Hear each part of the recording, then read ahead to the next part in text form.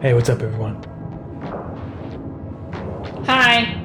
Caroline is right here, right next to me. I'm very happy to see you all. I got something to show you.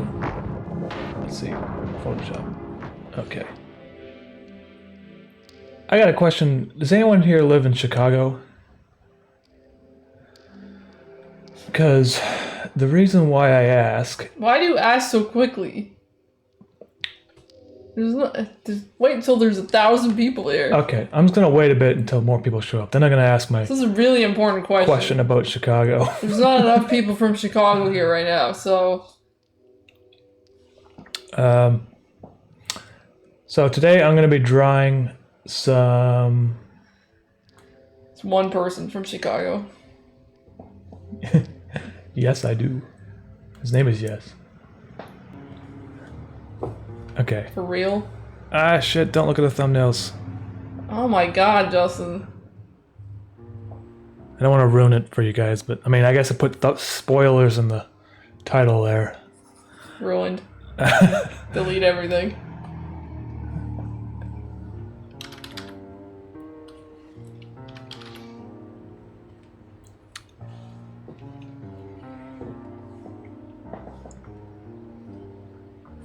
Okay, so today I have to kind of draw this new character that comes out of the...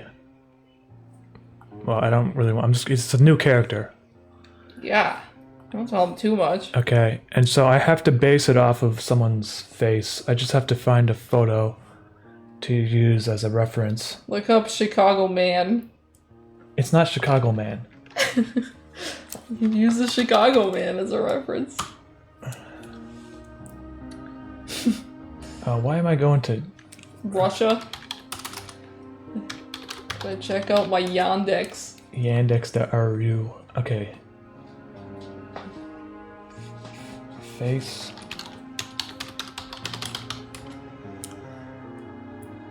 Face?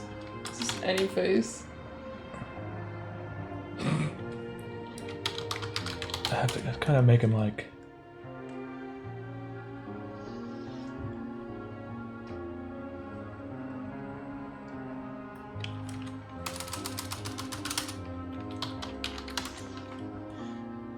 Oh, Jesus. This is stupid. You think Russians know what uîmmäːmi is? I'm just gonna draw a face freehand this time. Let me just open up these chat things so I can see what you guys are saying. All right.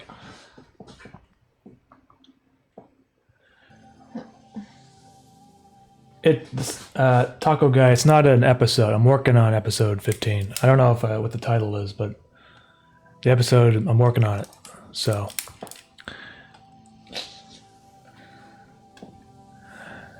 Okay, I'll just get started here. It always takes me a while to get a hang of things while I'm live streaming. Okay.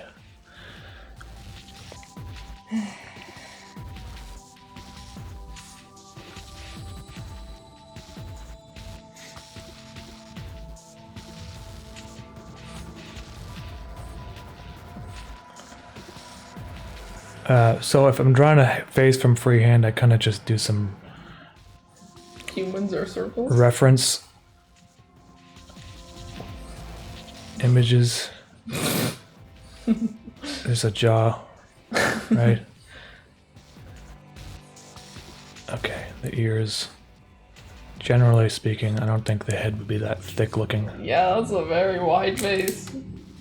So maybe I'll just squeeze You it. need to like get rid of a third of that. And this jaw is too small.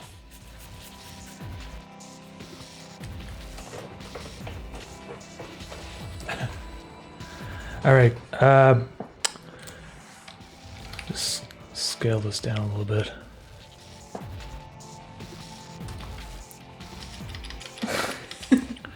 All right, I got a question for you guys who live in Chicago.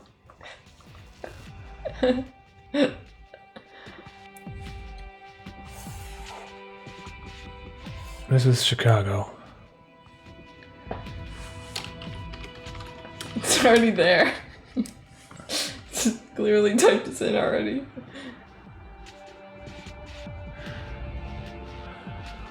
Why do you have 18 Chuck E. Cheeses in Chicago alone? 18 of them. Why? That's what I want to know. And you know what I really want to do is go to every single one of these Chuck E. Cheeses and rank them in order. Like, there's got to be one Chuck E. Cheese that's just the worst. Like, if we were to zoom out. They all have pretty good reviews, actually, surprisingly.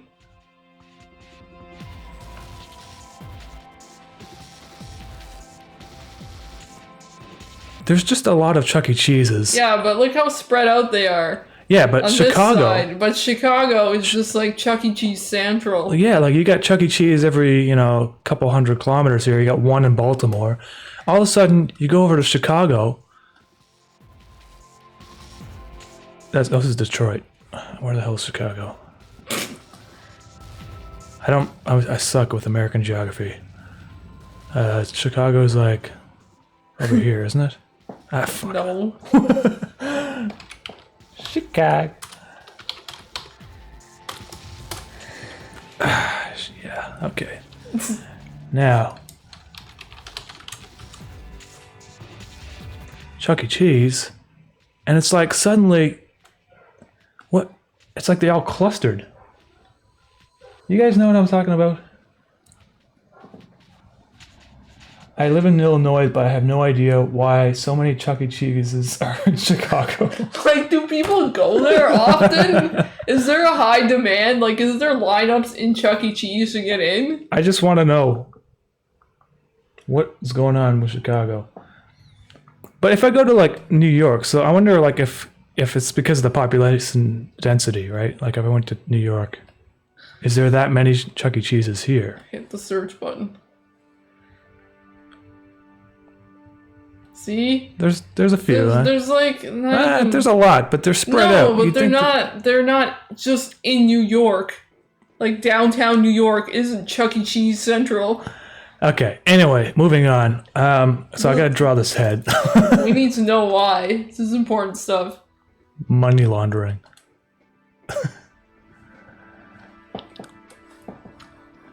There's another thing I want to show you guys too before I get started. I started drawing some more stuff for the merch store, and I made a can of soup shirt that is a can of soup. Just how do you minimize this? Okay. Chicago people like play palaces.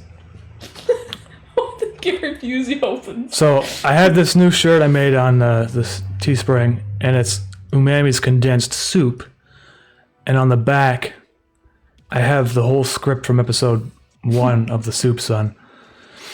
I just thought you guys might be interested because I like how the can texture is like right at the bottom here and around the neck too, like it's the tin. This is something new I made, and it's I was pretty happy how it turned out. Okay, this jaw's kind of pissing me off. I gotta fix this.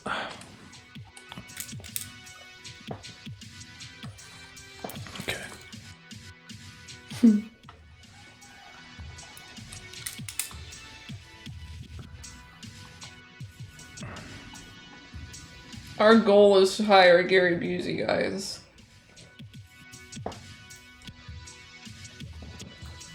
Yeah. One day I think we'll get Gary Busey, maybe. We don't know how much that costs, but it's a goal to have a role specifically for Gary Busey.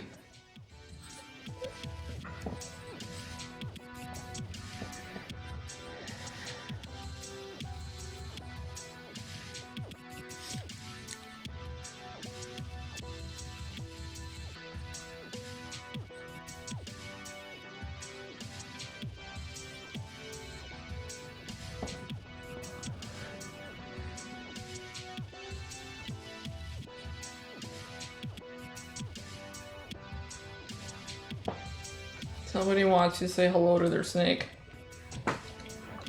My pet ball python. Pet ball python. Hilbert is listening with me. Say hi to him. Hi, Hilbert. What do you mean pet ball python? What do you mean? What do you mean? He has a snake. Yeah, but what's the ball part? That's just what they're called. Oh. It doesn't come with a ball included. It means it just likes to make, like, I don't know. It's just the name of it.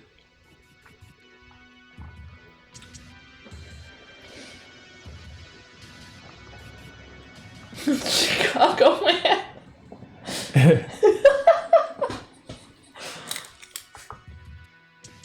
So, in this episode 15, basically, Henrik and Mischief go to Chuck E. Cheese, all 18 of them in Chicago. Yeah, that's And actually the plot. while they finish doing that, this man becomes invisible to them. After they've eaten enough cheese. It's this Chuck E. Cheese man. And mastered all the play palaces.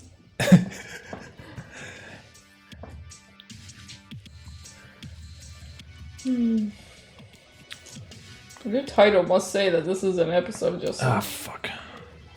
because people keep saying an episode. Hold on. Let me fix it.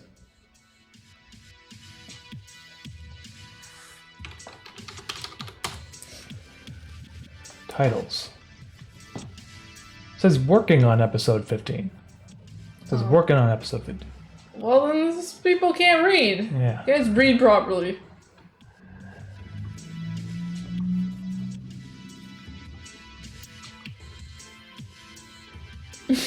Mischief as a Chuck E. Cheese would be beautiful. Okay, so this is just my reference sketch, so I'm going to put this behind what I'm actually going to draw.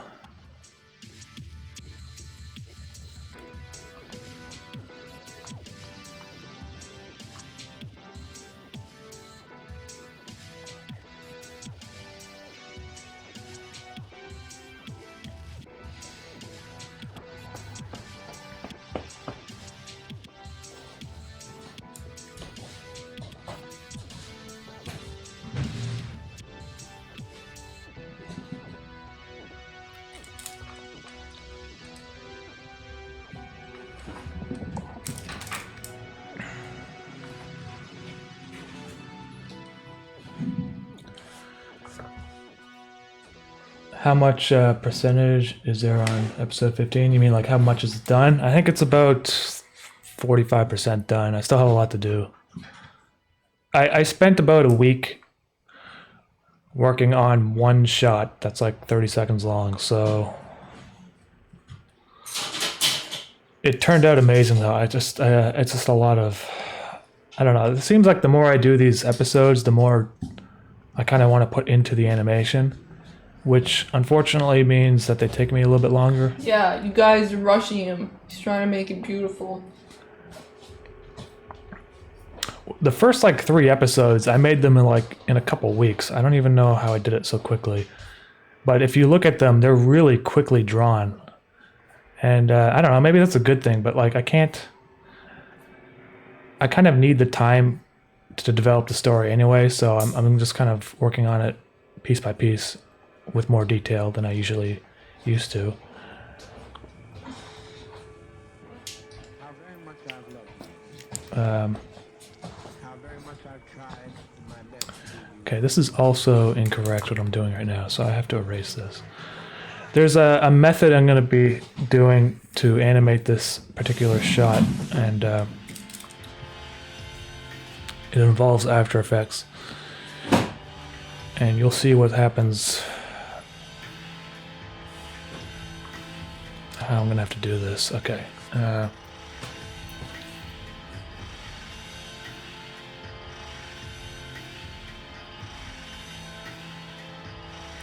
I know other animators have that exact issue. Yeah, because Dave Firth's gotten to the point where he'll take months to make an episode of something. Yeah, man. Like that's, unfortunately, I feel that's, like when I was starting out doing these animations, I kind of didn't know what the hell I was doing.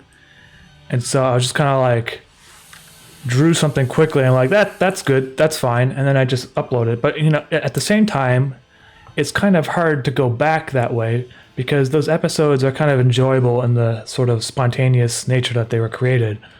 But I don't know. I just feel like I kind of want to push myself beyond what I used to do. So the animation does improve. It's just I also don't want to like take too long doing it. You know what I mean? Because I don't want to be like releasing an episode every like 4 months. You know, I really do want to have something coming out on my channel at least once a month, whether it's a bonus video or an episode. So.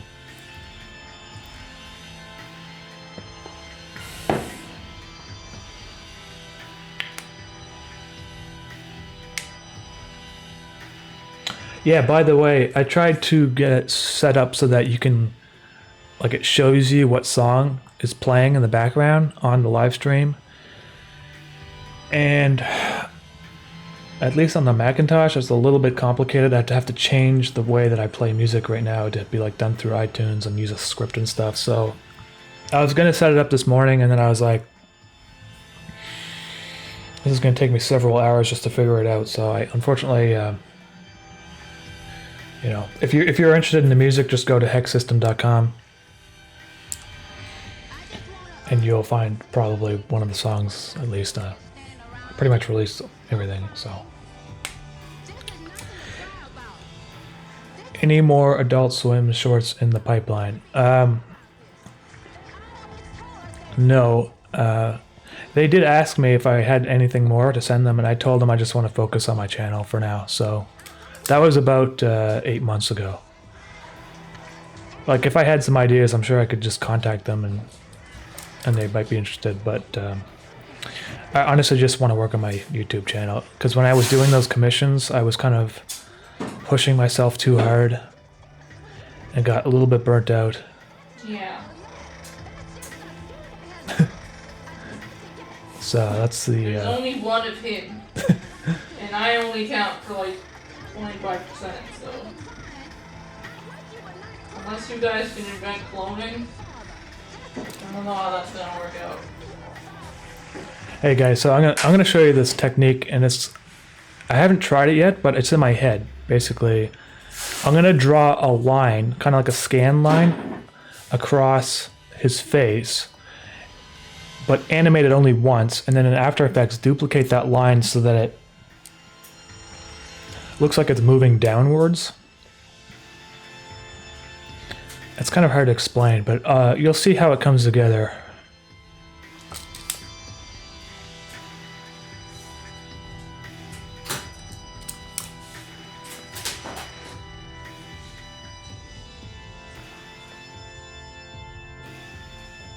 And the proportions of the face and stuff, I might just change it with the liquify tool that's built into After Effects. Because I found that to be quite useful if I make a mistake animating something. I should probably save this too.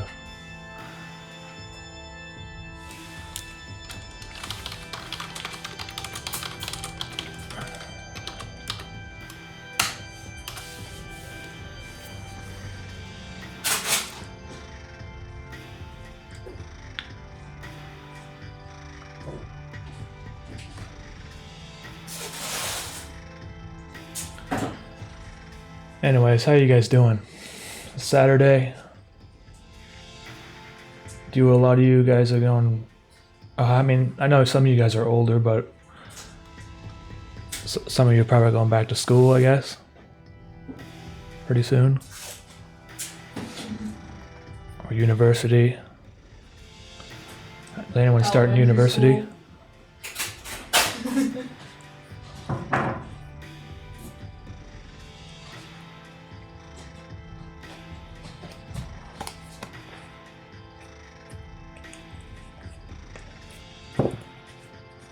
School started, yeah. Procrastinating. Yeah. School started, eh? It's like, for me, when I grew up, school started around September 9th or something like that. Depends where you're from. Yeah.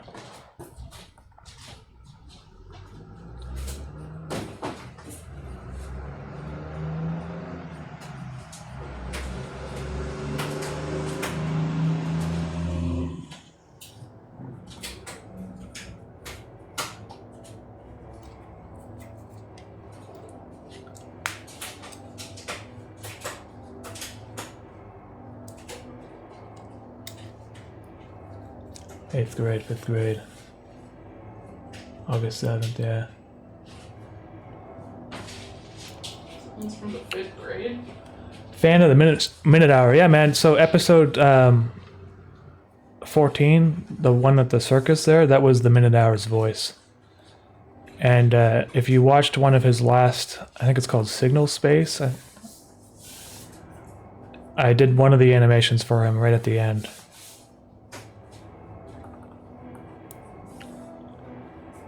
So we have collaborated. We have been meaning to collaborate for a long time. It's just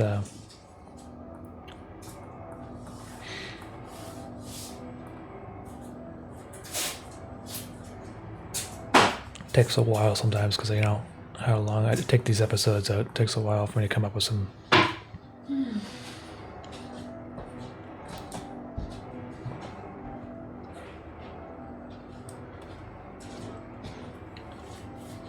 Pink Tooth, thanks for hanging out, man. See you later, dude.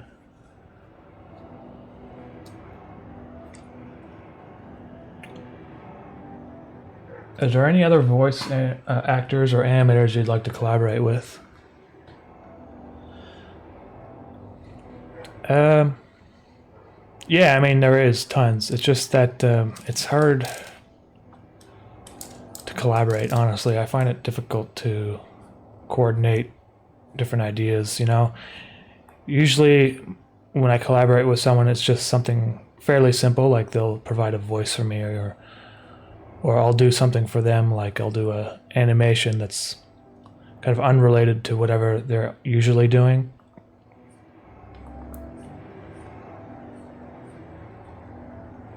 I have no idea if this is gonna work, this thing here I'm doing, so we'll see what happens when I'm finished. It may kind of look crappy. Who knows?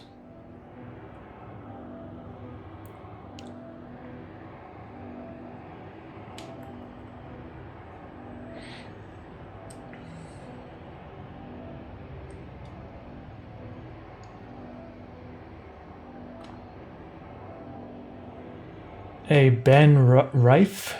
I don't have any books for you to read in terms of animation. But if you want to get into animation, I guess the first thing you should just do is just try doing it, you know, whatever programs that are available on the computer, or even if you're just doing flipbook animation or like Lego animation, because that's how I started a long time ago. I used to do Lego animation. And if there's, like, I don't know where you live, but there might be a film festival in the region. Like, if you work on something, you practice a lot, right, and you have something, you might want to try submitting it to a film festival. You never know. Sometimes they get in. I like, it might be more difficult these days. When I grew up doing animation and as a teenager and stuff, I don't think there was that much competition, because it was like all done with, it was all like digital stuff was pretty new, so everyone still had to use like high 8 cameras and stuff. And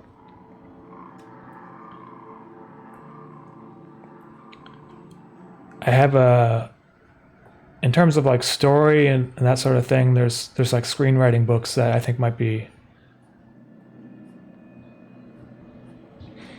you know, if you really want to learn animation, actually, I think the best way is to look stuff up on YouTube, like people that have more like technique down than what I do, because I kind of just wing things. And there's some stuff on YouTube, like basic tutorials that people will show you how to do things. Things like smearing and stretching and that sort of thing that kind of helps with the animation, I guess.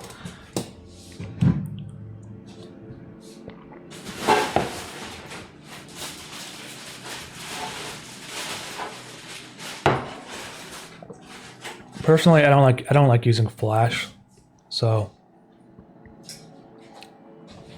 that's one of the reasons why I ended up doing this type of animation with Photoshop.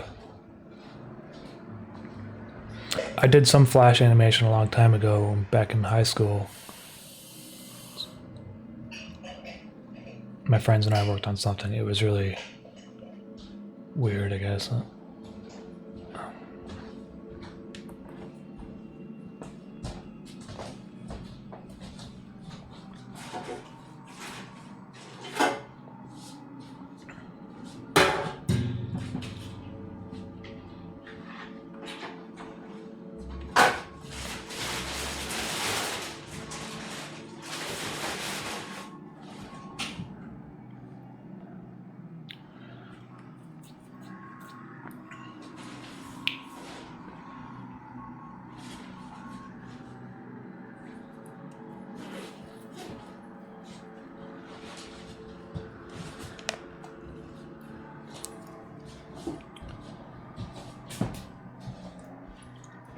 Yeah, yes, I agree about the pixel animation. If you want to get a start, I mean, part of the reason why I do animation in this kind of low resolution is because, well, computer wise, like it's less resource intensive. I don't have to draw like HD or 4K animation, which is like high file sizes and stuff.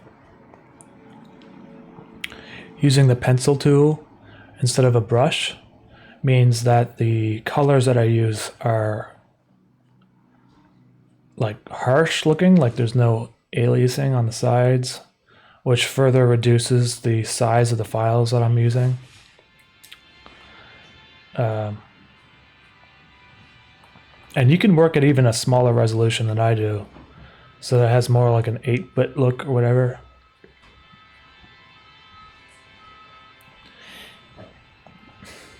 The resolution that I work at is standard definition, 640 by 480. Well, standard definition used to be 720 by 480, and then it used to have a pixel aspect ratio of like 0.9 or something like that, I forget.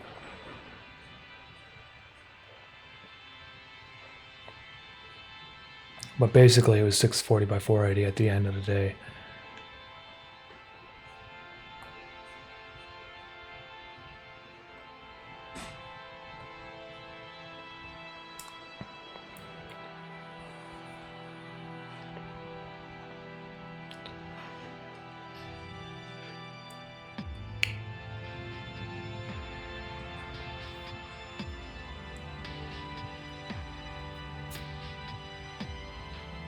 Plan on buying the Interface vinyl soon. Sweet, man. Yeah, I've been sending all the vinyls out.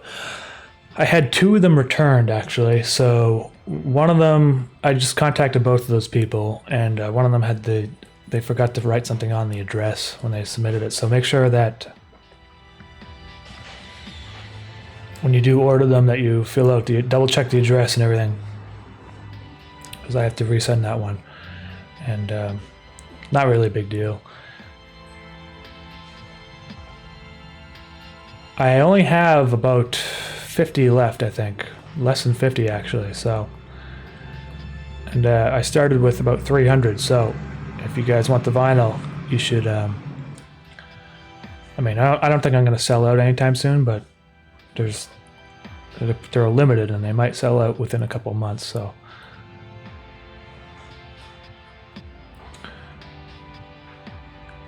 I might do another pressing next year. I'll wait until next year, I think, if there's a demand for it.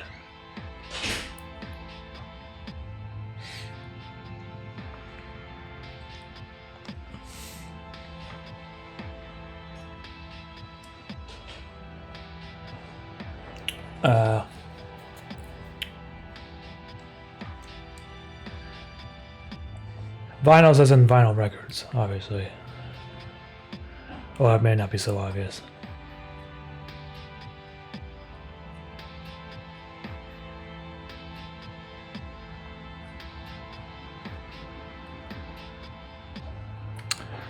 Hold on, I'm kind of rushing here. This has to go up like this.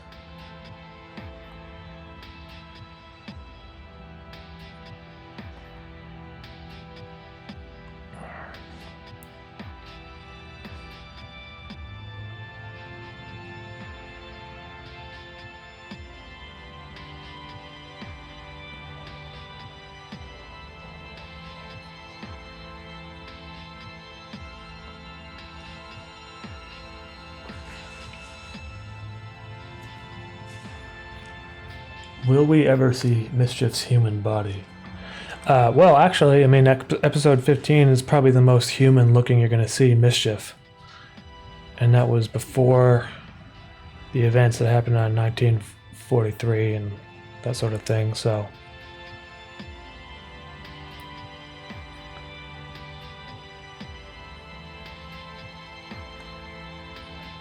With, you know, part 2 of Interface, I'm planning on doing a couple different things. A little bit of the backstory of Mischief, while also drawing to a conclusion what happens with Henrik in Greetings Robotics. So it's a lot actually to think about.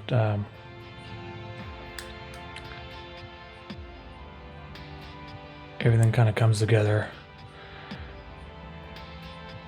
And part 2, whatever, it might be a little bit longer than part 1.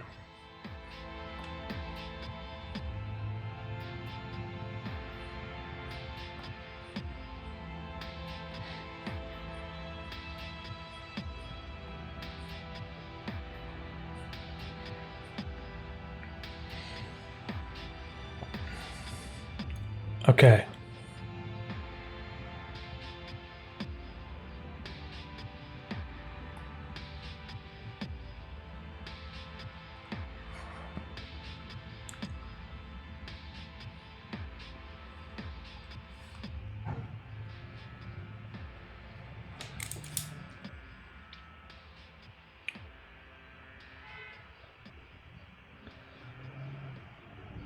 How many total parts are you envisioning? When it's hard to say, man. Like when I'm finishing part 2, I'll make a decision. I don't really know what I want to do after part 2. You know, I have a lot of different ideas kind of floating in my head.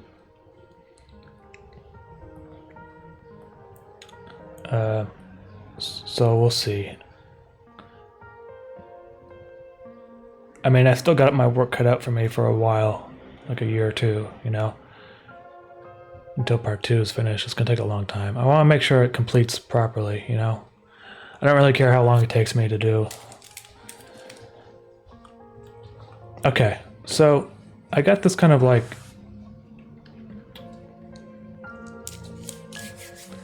head thing. So I'm going to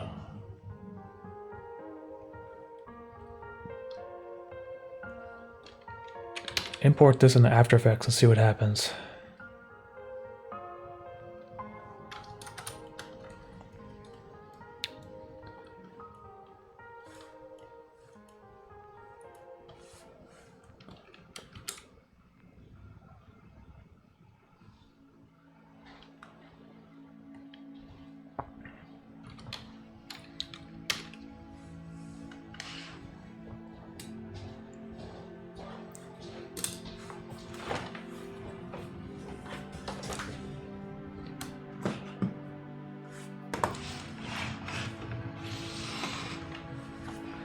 I'm not going to give away like story details and that sort of thing.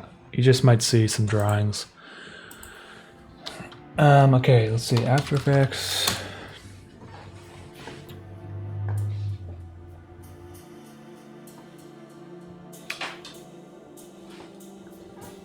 If you need a British voice, I'm down to clown. Hey, well, thanks, Max. Abraham. Thank you, man. I could do it in Photoshop, but I'm not going to because the more stuff you do in Photoshop, the more possibility, like it's harder to undo steps in Photoshop, basically.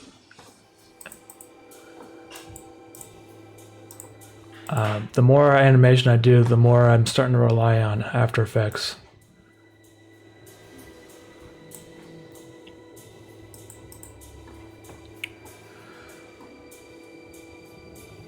Okay.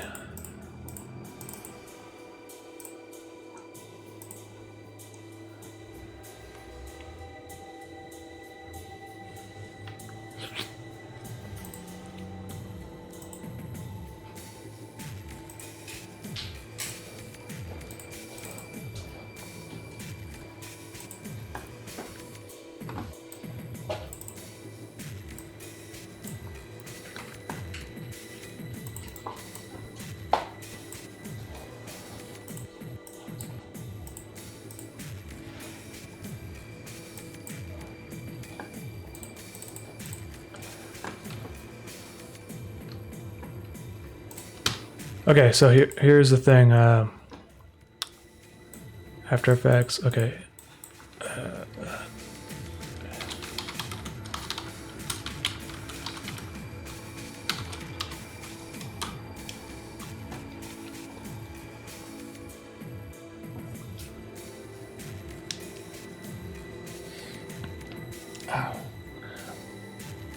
Do you actually pay the monthly fees for Adobe products? Yeah, man. It's like kind of expensive. I think it's like 90 bucks a month, Canadian. But I mean, I use their software every day, so it's like, you know, I'm not gonna pirate it. I'm making money using their programs, and you just kind of have to treat it as a business expense. But I guess if you're learning to use their software, I can see it being a hindrance.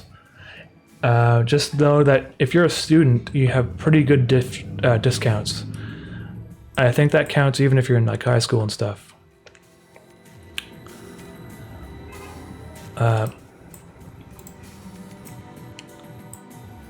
So there's this. I have to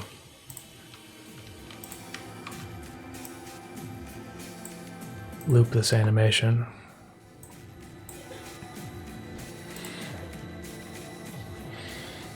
I use pretty much every piece of software that they make, so it's, you know, it's, to me it's worth it.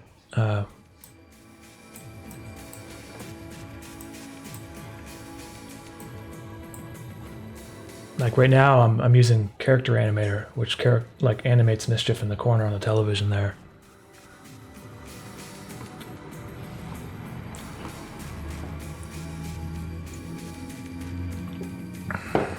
And there's actually a couple different animation programs that are completely free. So, like, there's a one made by Studio Gilby that they've released their own animation software. I've never really gotten into it, but okay. So now, if I were to, let me just see here. Do some quick tests.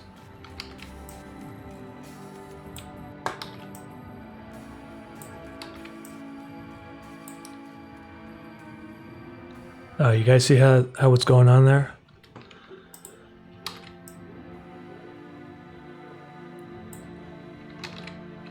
So I wonder if I made it just one frame instead of two. What would that look like? Would it be too clunky?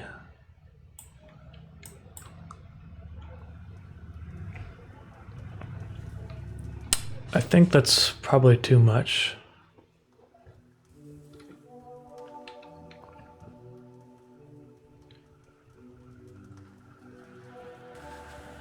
Yeah, man, there's a...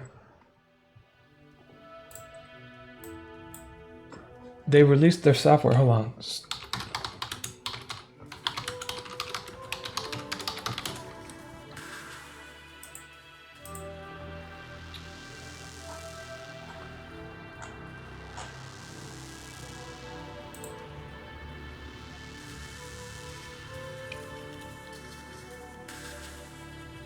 Right, so if you guys want to learn some animation on a free piece of software that was developed in partnership with Studio Gilby, it's called OpenTunes, and it's on GitHub, and I'll post a link right there in the description. I would suggest try using that. That's actually way more advanced than what I'm doing in Photoshop, so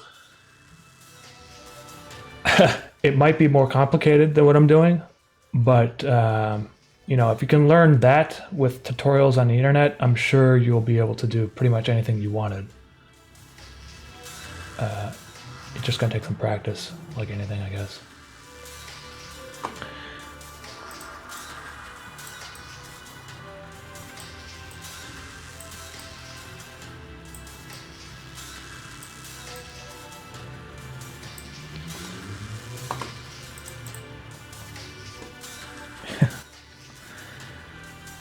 Okay.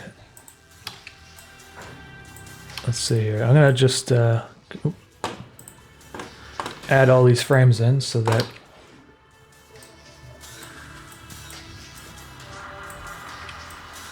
the full face is rendering when I do this. And I might use the liquefy tool afterwards to kind of give it more dimension. I'm not really sure if it's going to work or not. So this is like, I just basically thought of this idea in my head the other day, and I was like, I'll give it a try, but ooh.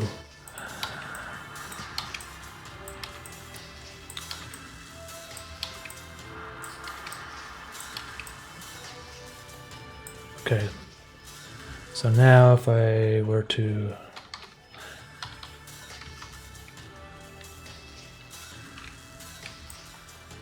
I gotta take these frames and stretch them out so that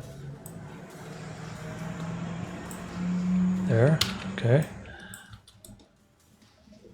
Ah, okay, so there's the problem there. It's it doesn't look very good when they're all kind of going off at once.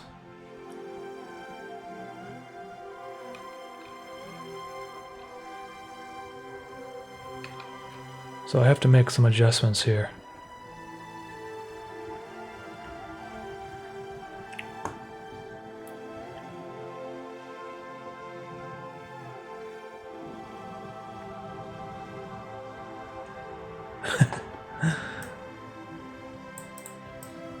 Let me just see what happens if I try the one frame thing again, because maybe that's the issue.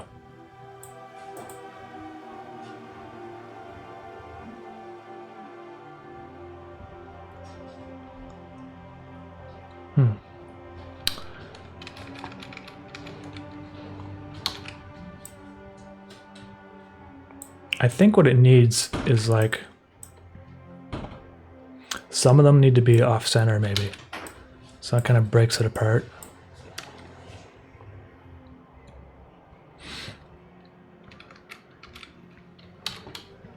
Hold on, let me just pull these back out here. Okay, so now if I were to... just want to deselect stuff sometimes. How do you... Okay, there. So if I were to like move this...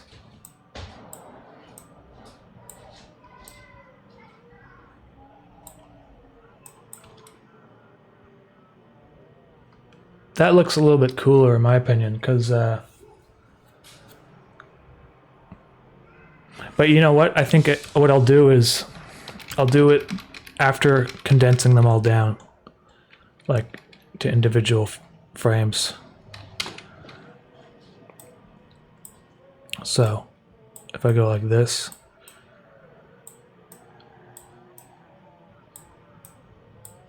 there's going to be more frames, and I'll do some tricks later to thin things out a bit if it looks starting to look chunky.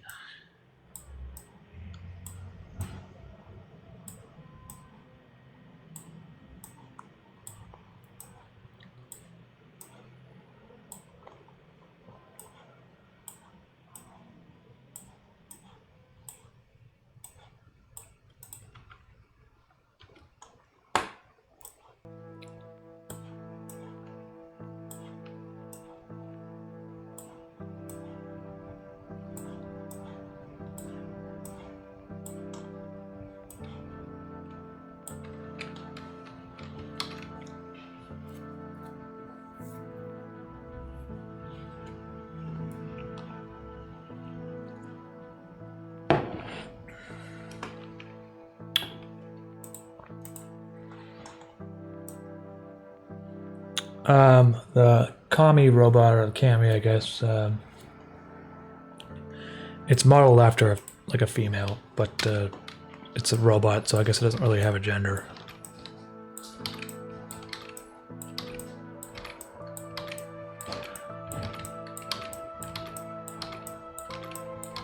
Okay, I don't know if this is gonna work either. We'll just give it a try and see what happens.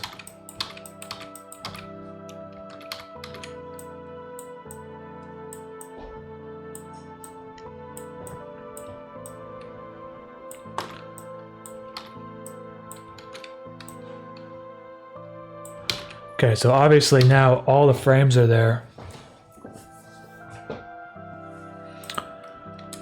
It should be, there's no movement. Hi. I want to go outside. All right, see you later, Kellyanne. Bye. So if I just delete or disable some of these frames, what happens? Nothing. Okay. I think I have to actually shift them.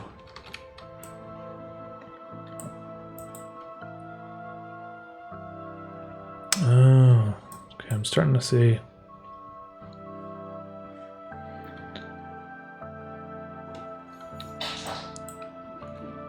If I just deleted this frame, it would just do anything.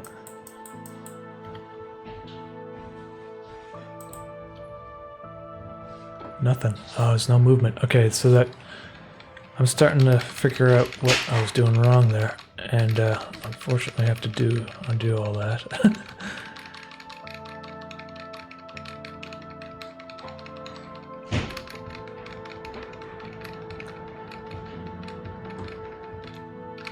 It needs the space in order so you can see the actual movement of the frames.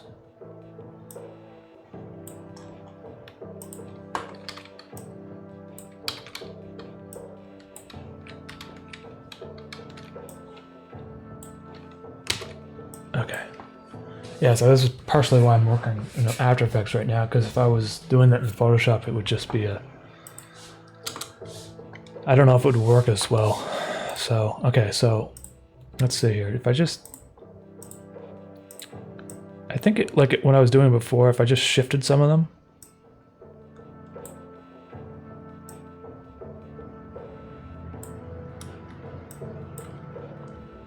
That's cool. I like that. Maybe I'll shift a few more of them.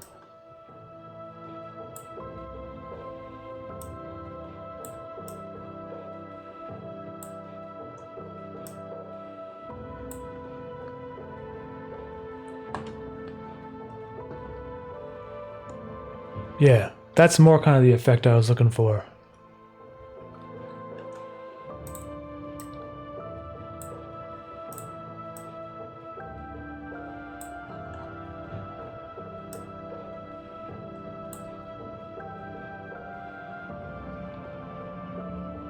Yeah, that's cool. Todd Chambers, always a pleasure dropping by your streams. You have a great rest of the day. Hey man, Todd, thank you for stopping in. Appreciate that, man.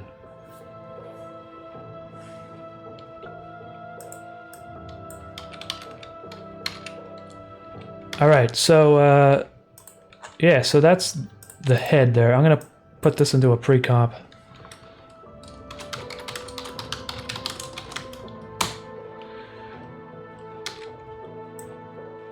And liquefy it, because I don't know exactly what's gonna happen right now, but with the liquefy tool you can do stuff like this, obviously, and so that doesn't look good, but I feel like I could give some more proportion to like the nose looks like it doesn't stick out enough, so maybe if I did something like, let's see here. This is the shrink tool, so I don't want that. There should be like an expand tool. Okay, right here. So if I like expanded his nose a bit, it will kind of look like it's coming out a little bit more. Yeah, it kind of does. But it's going to be subtle though. So with this tool,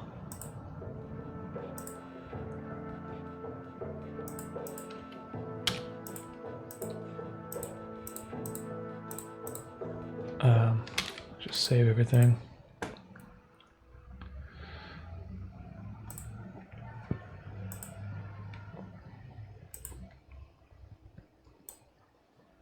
Oh, here it is. Pressure and brush size.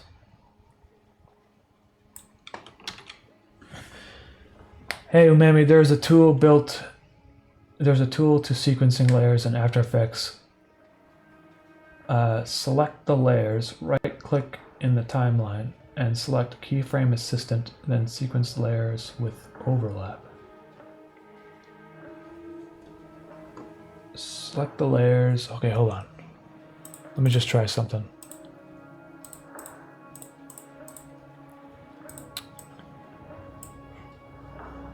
Okay.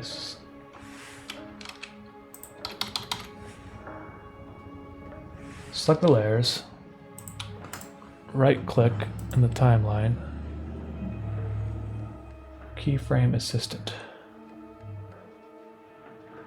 sequence layers, overlap. Oh. I don't know what should put as the duration here. Maybe 2? I don't know. Let's see. Oh, I see. Okay, hold on. Keyframe assistant.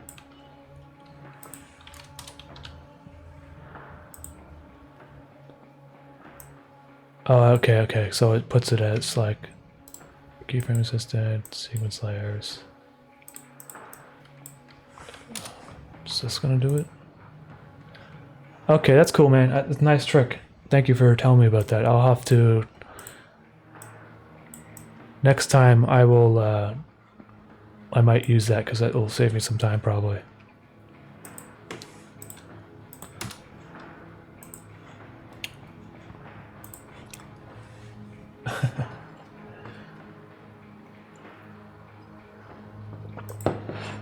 Hey, Monkey Family Adventures, thanks, man. Okay. Alright, so I got this face. I was putting the liquify tool on here. Yeah, so the nose will come out a little bit. Maybe it's too big here. Shrink this down.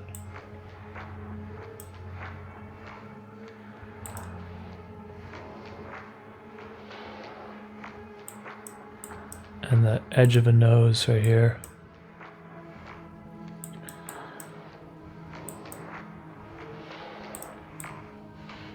Maybe the pressure could be a little higher. And I can see the distortion map. That'd be useful.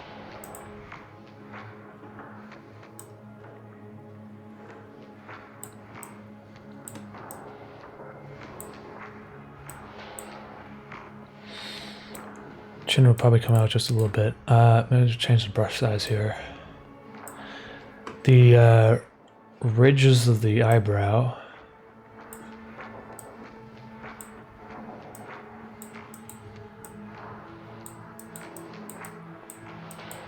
I'm gonna turn this mesh off. It's making it hard for me to see. And then for pushing things back, probably push these ears back a bit.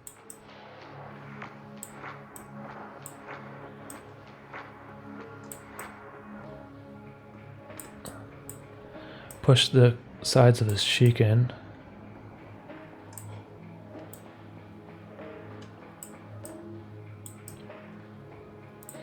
And then to bring things forward again, I guess the cheekbone would come out a bit.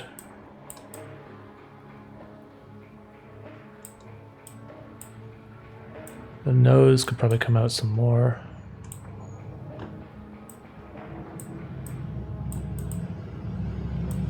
Bottom of the lip, maybe. Alright, let's just see how this looks.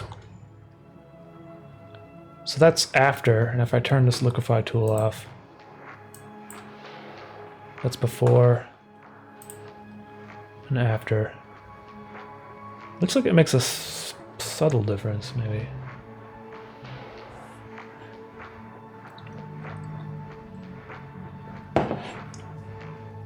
He's got your Mischief hoodie and loving it. Hey, thanks, Hoop Banzai. Happy for you.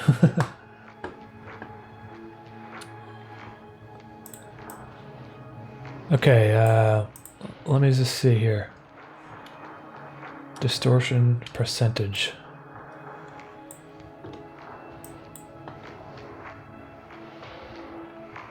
That, I kind of increased it to like max there.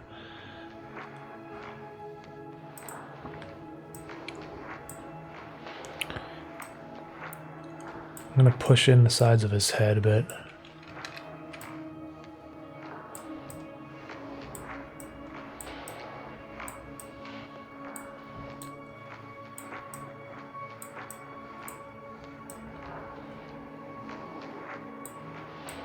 This is starting to look more like the original drawing I had that I didn't show you guys yet.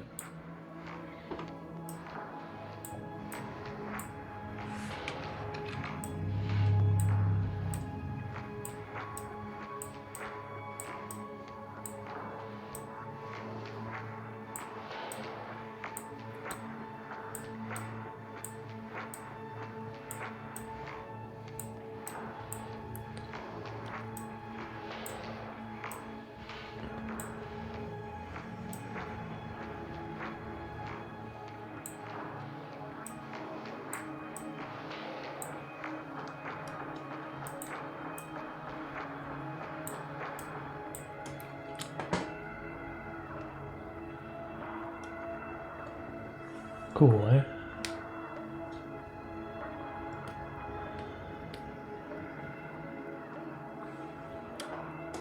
All right, so I'm gonna save that, and I did a few other things, obviously. Well, okay, let's see here. Ripple was one.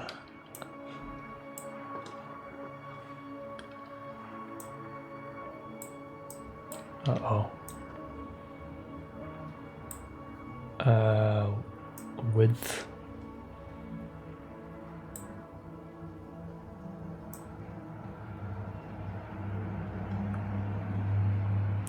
Height. Symmetrical, maybe?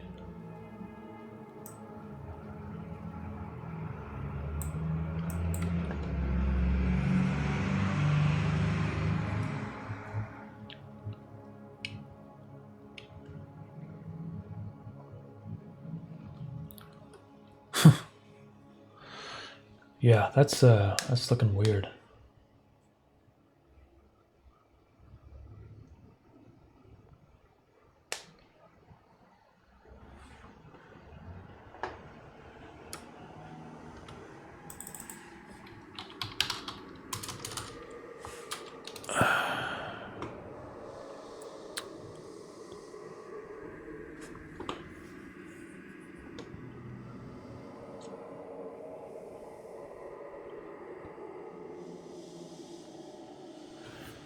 Yeah, another thing is this is actually supposed to be inverted, so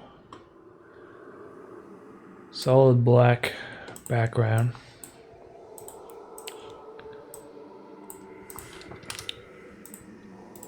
This I'll just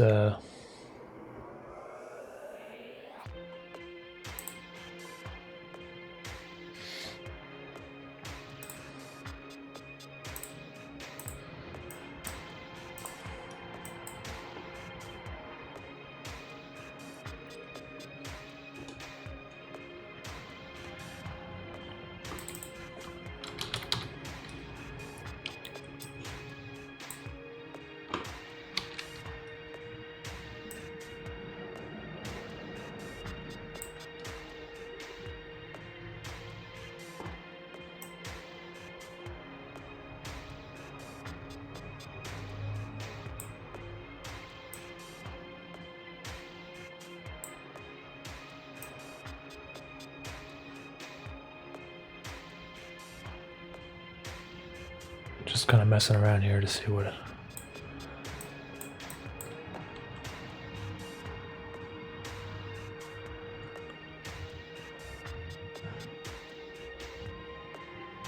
Yeah, okay, that's neat.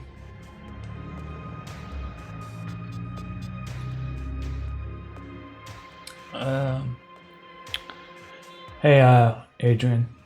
And a lot of people have been asking me like what's my inspiration and stuff, and if you check out in the description of this live stream, I have I think a paragraph there written about it, because otherwise I get asked that question quite a bit. So anyway, so this is turning out all right. I think it's looks kind of sort of neat. Now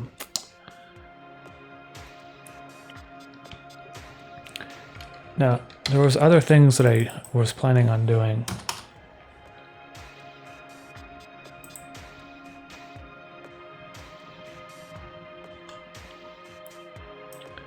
To kind of, I feel like it needs to be thinner lines and stuff, and there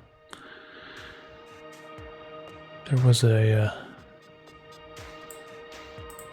blob, that's what it was called.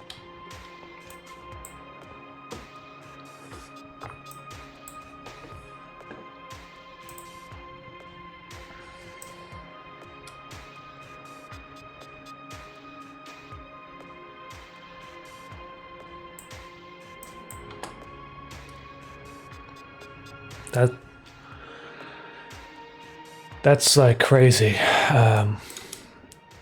Too much.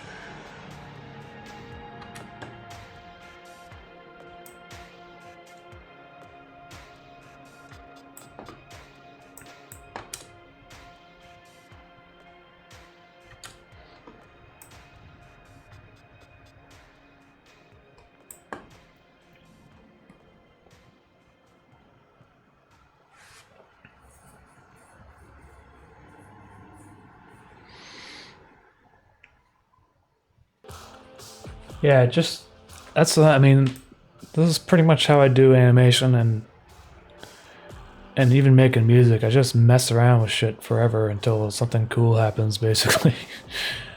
I feel like it would be neat if this kind of like came in and out a little bit, but not the whole time. Let's see how this looks like this. That's like too much. You can also change things here, like the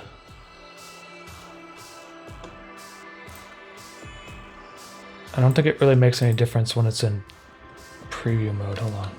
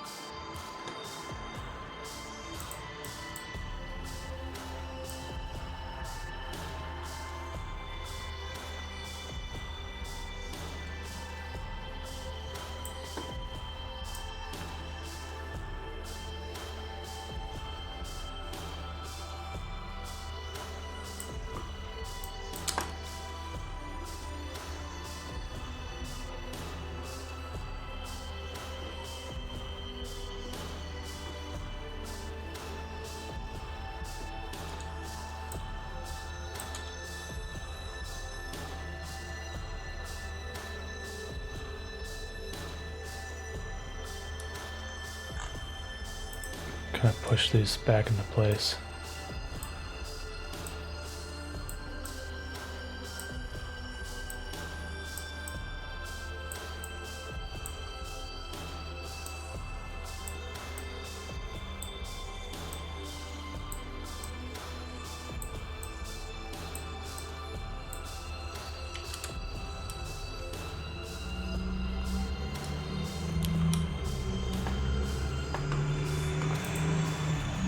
Is your name pronounced Umami or Umami? I've been arguing with my friend. I think it's actually Umami. Because whenever I watch like cooking shows, it seems to be like the new trending word for some reason, but everyone says umami. Your mommy.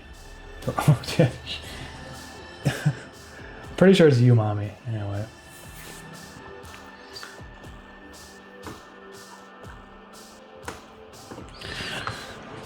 Okay, so there's this, which is looking, it's looking all right.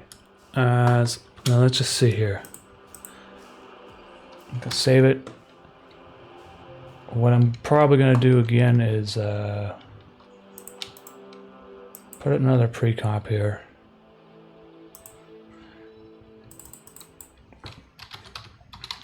Blur it a little bit.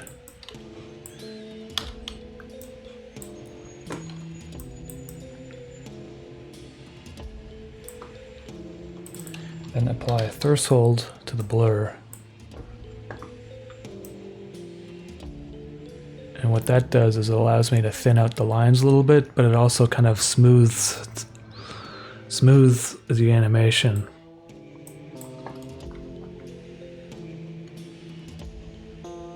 There, I think that looks pretty good now.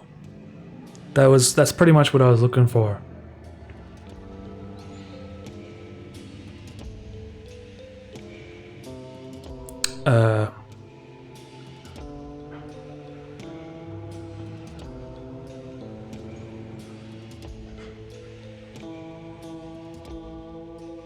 I think.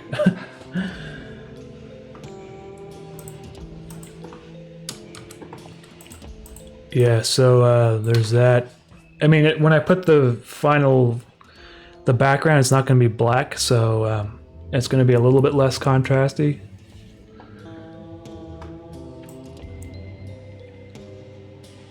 Let's see here.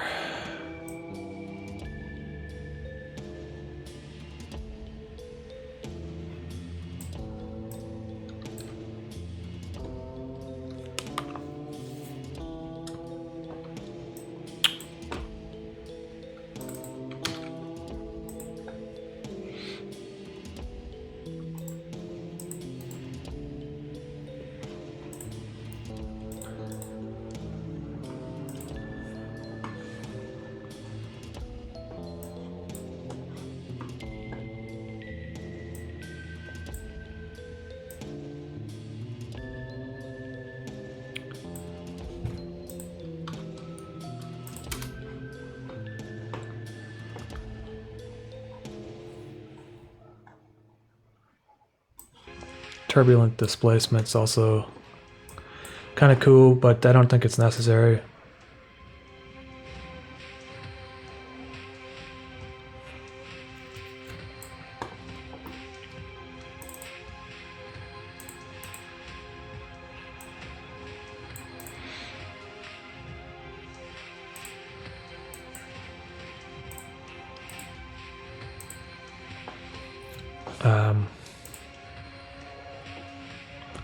Kind of thing that's annoying to me is the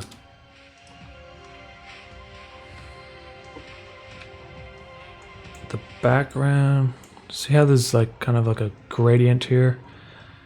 It's because of the Gaussian blur and the threshold, so I have to actually do that twice.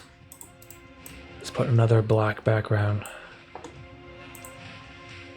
behind it, and then pre-compose it again.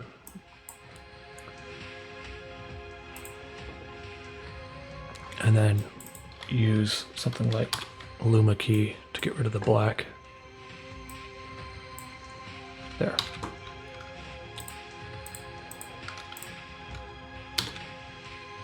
And so now I can put basically anything I want behind it.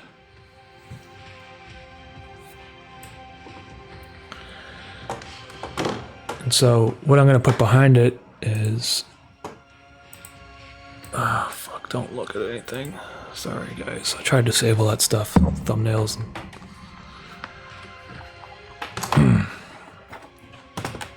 Okay, so behind it is going to be just like an orange sky, because it's kind of floating up there.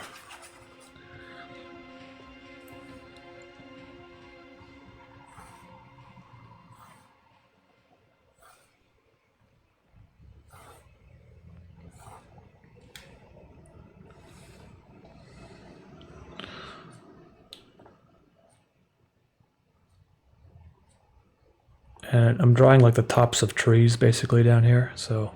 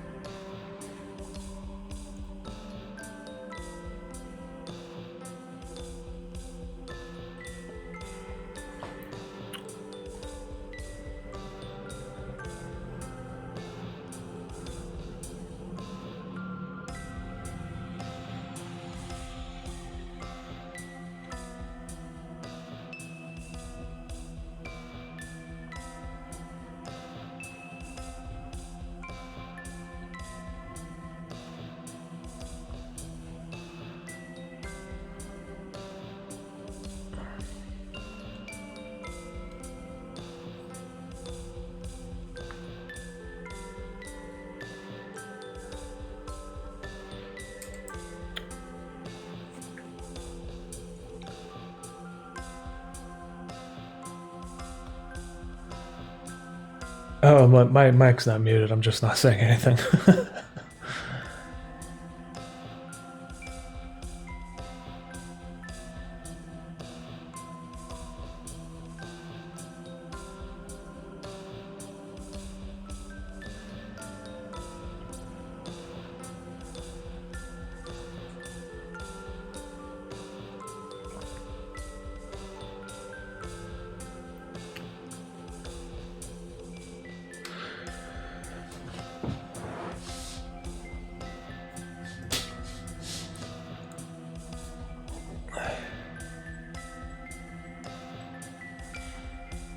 So these clouds, they aren't in the previous shot that I've already drawn, so I'm not sure if they're going to stay or not. We'll see, or maybe I'll add them to the other shot.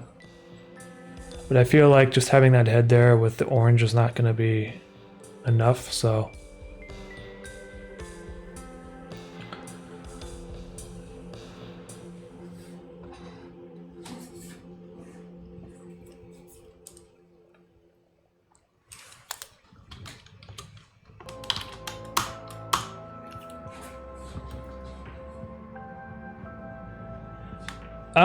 Well, here's the thing about clouds, like... Okay, let me just show you something. So, if you're drawing a cloud, let's say a blue sky, whatever, there's different types of clouds, obviously, but you can have, like, say, like a storm cloud kind of goes up like this a little bit. Storm clouds are quite vertical, or maybe just a regular cloud. If you look at the sky and you kind of figure out where the shadows are and that sort of thing, you'll notice that a lot of times the clouds are darker on the bottom because the light coming from the sun hits it at a certain angle, right? And the light that passes through the clouds is darker at the bottom.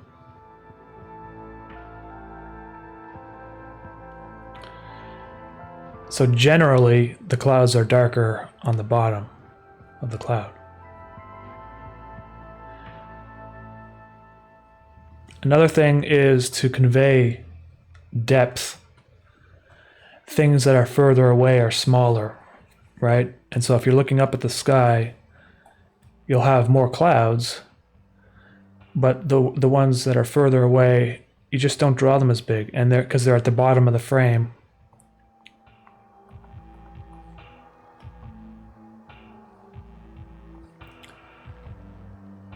It kind of looks like it's further away, right? And you don't have to be so precise. Like, you know, I just kind of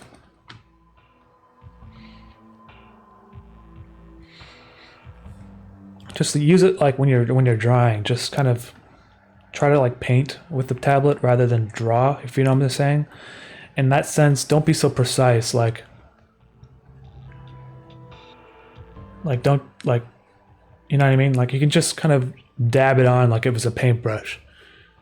It makes things look a little bit more natural, I guess. I mean, you can do whatever you want. You can have your own style. You could be completely just like, you know, and that I actually did that myself in an animation just to try something out. And you could put, you know, even more layers of color if you want, so that it even stands out even more.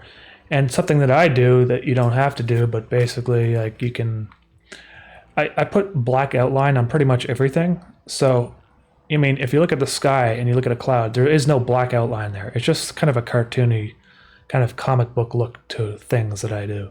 That's all. So that when you finish it, it's sort of like, it looks graphical. You know what I mean? Yep. So that's my really quick 5-minute tutorial on drawing clouds in my style, I guess. So that's that. It's pretty basic. It's pretty simple. You gotta practice, right? That's the only thing I can say.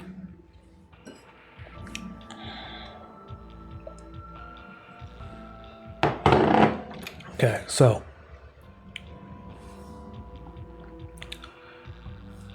this I'm going to change it back to my animation resolution, which is 640 by 480. Sometimes I draw things at a different resolution, like a higher resolution, just so that I can scale them down later.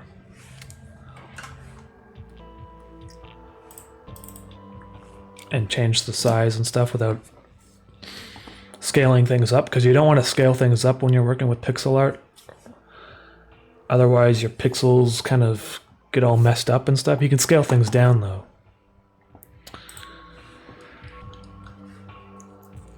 Okay, let's see here. What was I?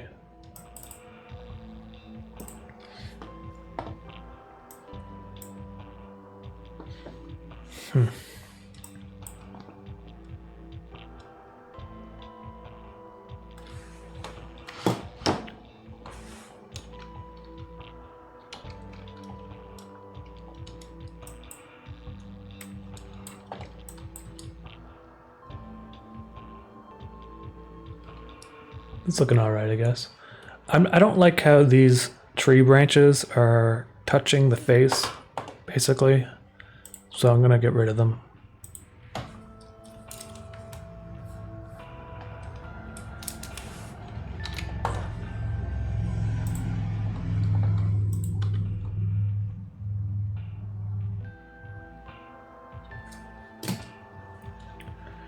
And I wonder if I were to duplicate this head, shift it off center for a second here, change the color.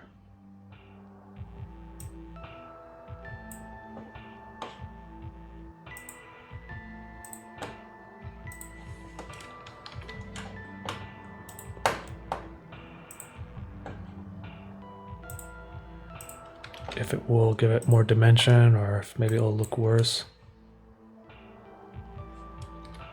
I like that.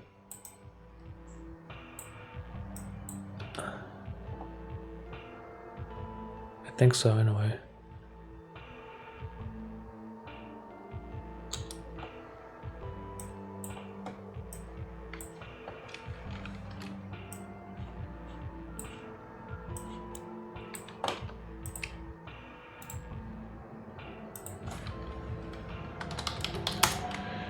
I can also do different things like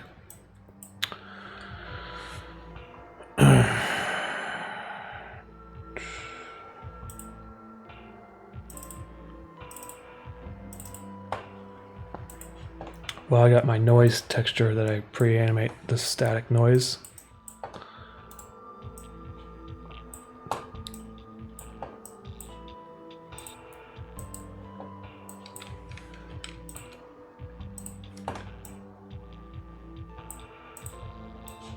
Okay, so now I might actually use it as a track mat with this gray layer, see what happens.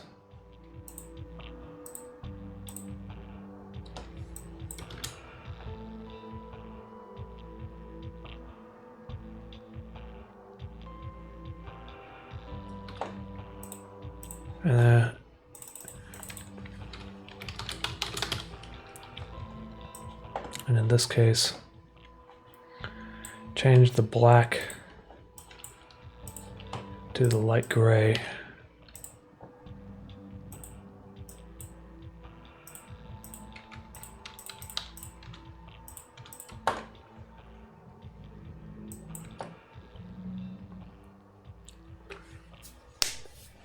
That looks kind of neat.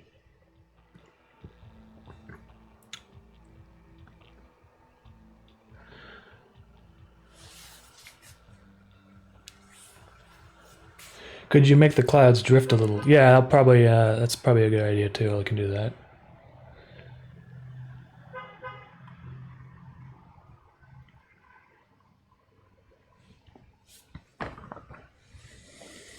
So the clouds,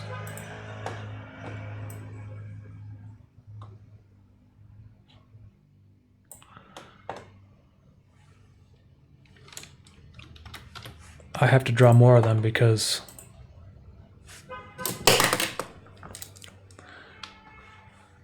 if I want them to drift and stuff, they're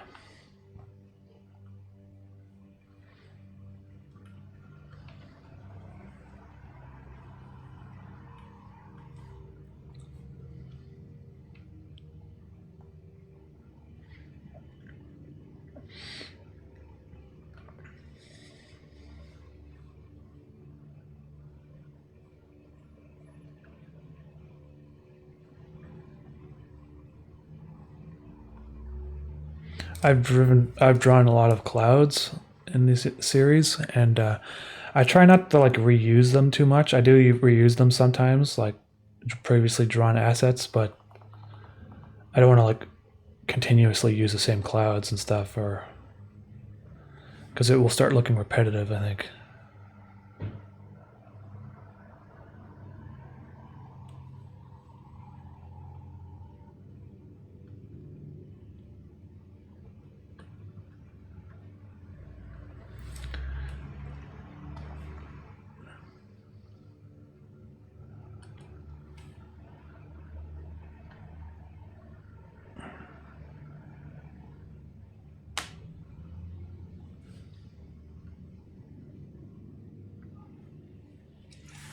Okay, so if I were to save this now,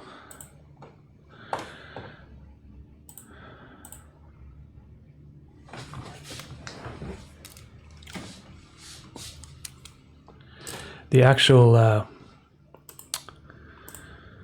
oops, let's see here. I think I might have to put the clouds on a separate layer. It just makes things a little bit easier. So I'll get rid of them for now.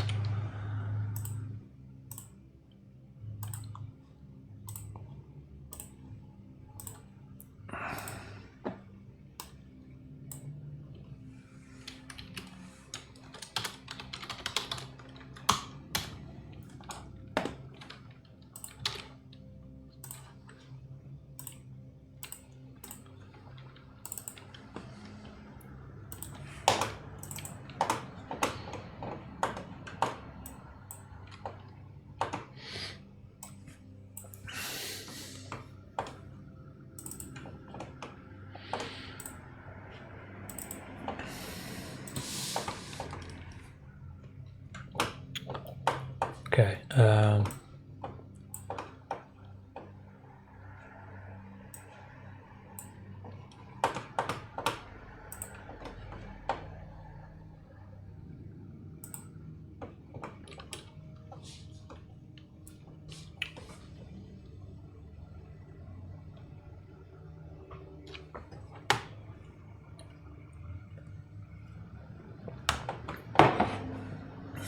Hey, have you ever heard of Jack Stauber's songs? Limbo. Yeah, man, I've definitely heard all his stuff. Well, maybe not all of his stuff, but I'm quite familiar with his work, for sure, yeah. And same goes for other animators that are kind of in the same vein, like Lumpy Touch and, well, Pilot Red Sun for sure as well. I mean, Pilot Red Sun was the one that really inspired me to start my channel about 1.5 years ago. And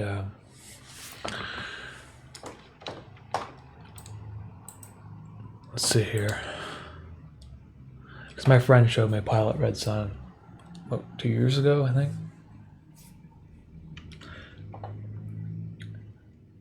Hey, Rather Rand, thanks for popping in. Okay, so those are the clouds. I don't know if I want them to shift backwards and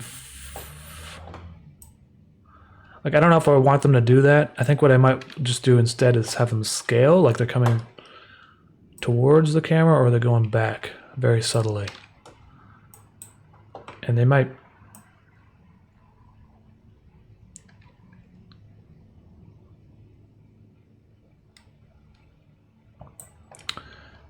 Let's just see here. So let's just see how this happens if I were to scale and push them down a bit. So now I think that's kind of cool how they're going away, because it kind of emphasizes the face a bit. If anything, I could even make the face come forward a little bit over time. So I have to change the length of this file to be probably, I don't know, 12 seconds.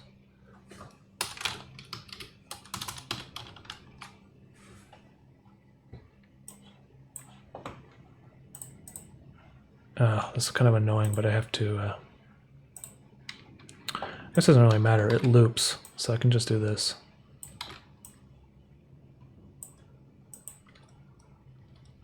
I think it loops anyway. Hold on.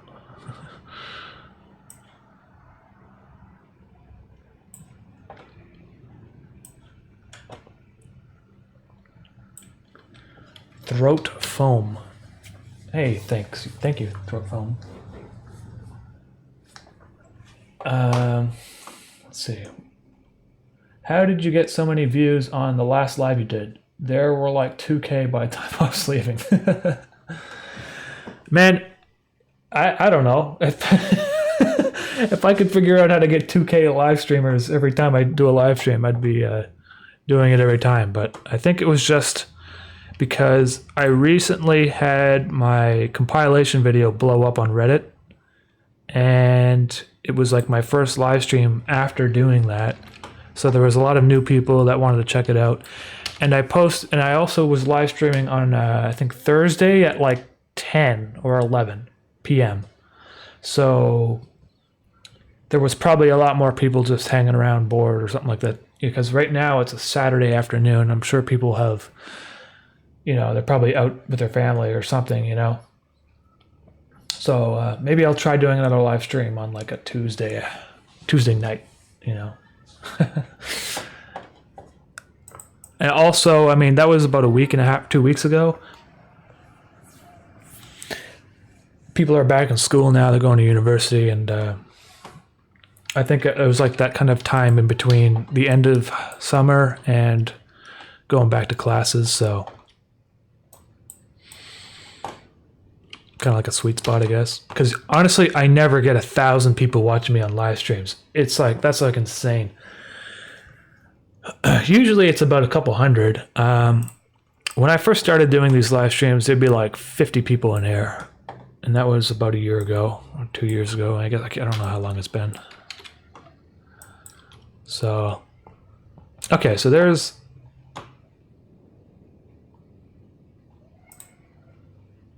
the clouds are moving a little bit. And so I was showing you guys the turbulent displays before.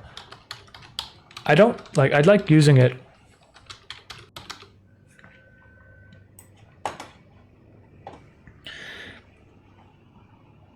in subtle ways. Like, that's too much, obviously, but 7. If I were to rotate this, you can see some of the pixels just slightly moving. You might have to like really look in closely. But I like to do that so that it looks less like a scale movement and more looks a tiny little bit more like organic looking.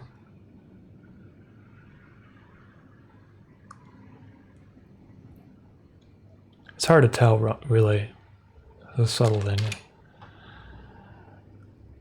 Oh yeah, I also forgot that the sky in this scene changes color, so it's actually supposed to be like black and white. So I just did all that work, but maybe I'll just put an adjustment layer here.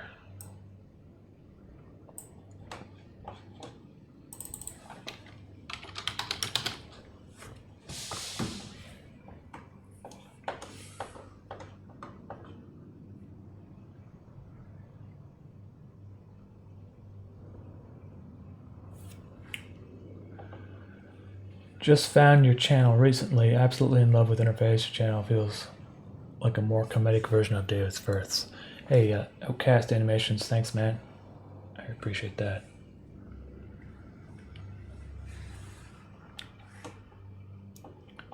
How long has this been going on for? I think it's been going on for about an hour.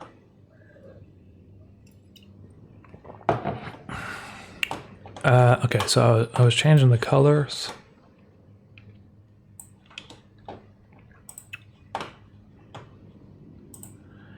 And I guess it's not a mistake so much because I can just fix the colors right now, but if anything, it allows me to change them back really quickly if I decide to change my mind.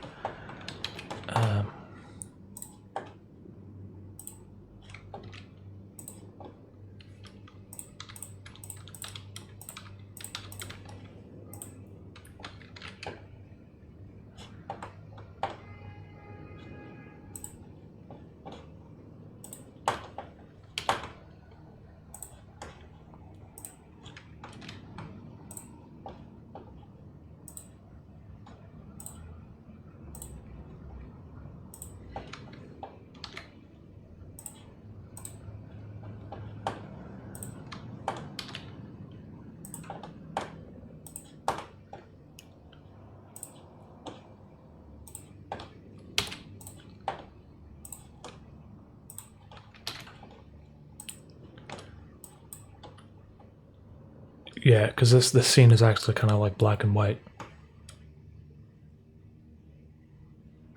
And so with the face, I'll put that in a separate pre-comp now too. Again, pre-comps everywhere. I'll probably have it scale up a bit, so.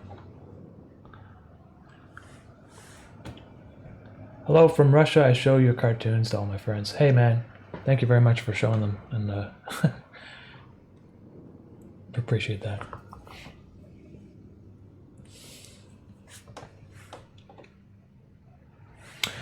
The Samsung S8 Plus case on your store, does it support wireless charging?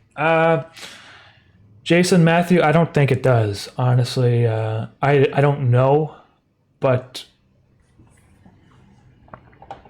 it's probably like a case that goes. It doesn't have anything fancy on it. I think it's just a printed on case with from Teespring. I don't think it has any capabilities like that. So.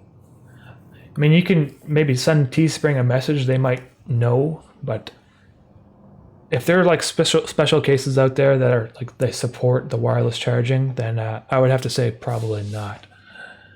I know some of the really thin cases let the wireless charging through. Yeah, I would not be able to. I don't know. Sorry, man.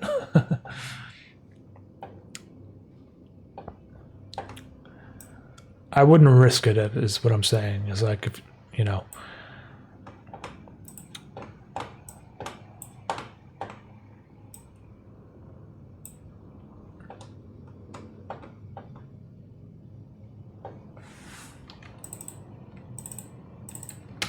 Okay, so now the face comes forward a little bit, the clouds are going backwards. Oh, I kind of messed up the face there, there's something going on.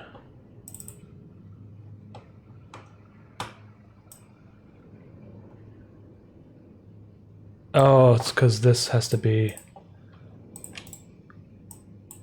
a pre-comp. There. I think. Maybe not. Hold on.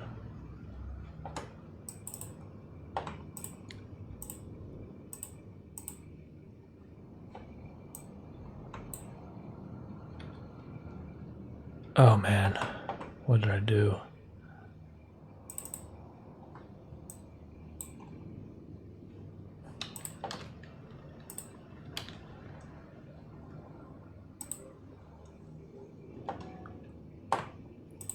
Okay, there, I think I got it fixed now. Yeah, okay.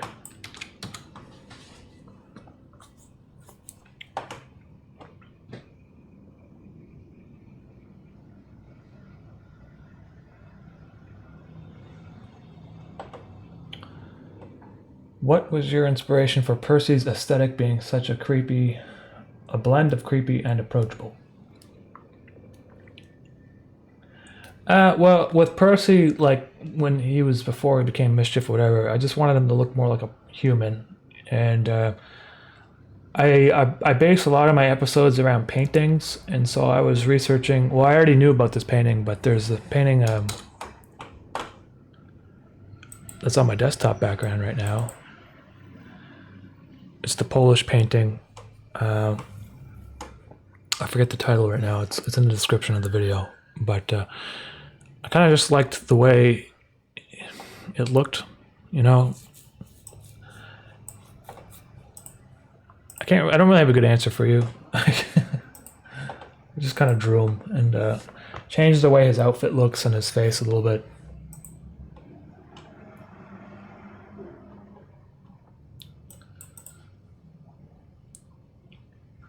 Back for a minute, I just want to say the first time I saw episode 2 was like when I heard Godspeed for that first time.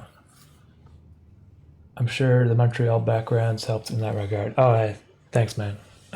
For sure.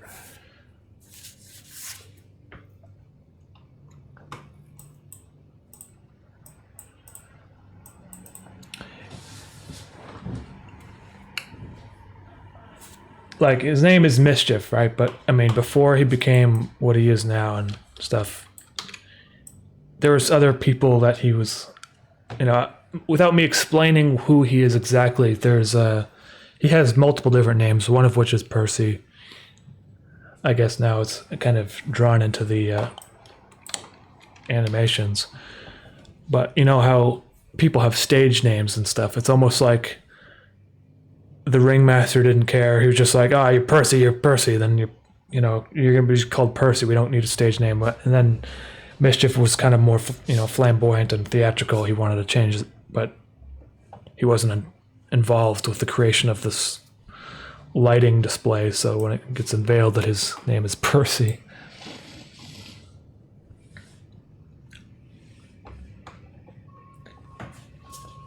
Hey, the Dr. Levithan. Money, good, you draw me like. Thank you, man. Appreciate that, dude.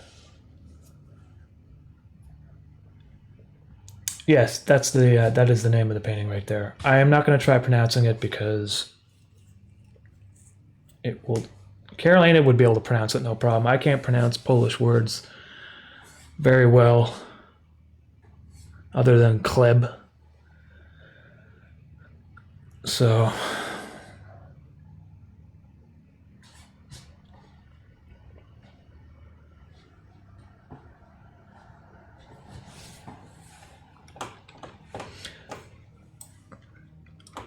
All right, so this is pretty basic looking. I think what I might do though now is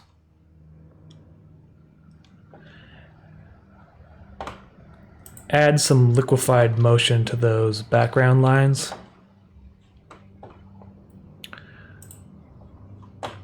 So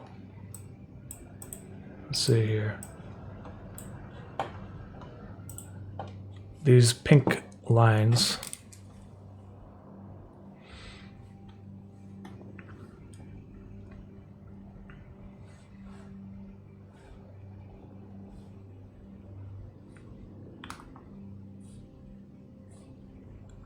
And really I should have drawn this at a bigger resolution anyway if I knew it was the background, because usually my background moves around a little bit.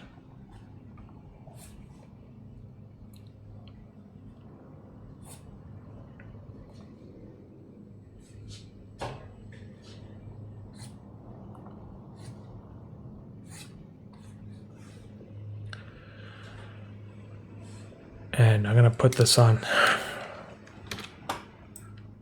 separate layer.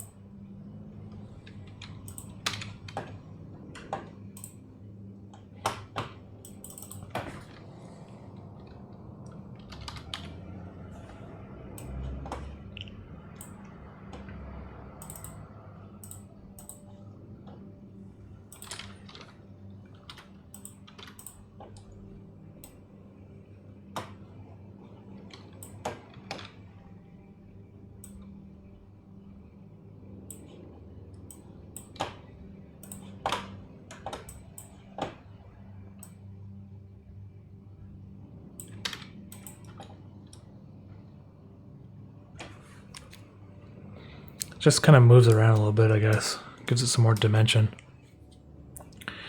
And I'm going to probably, maybe I'll put some like distant birds or something kind of fluttering in the background there. I mean, it's really easy to overdo things. So sometimes, I mean, maybe it's probably best if I didn't.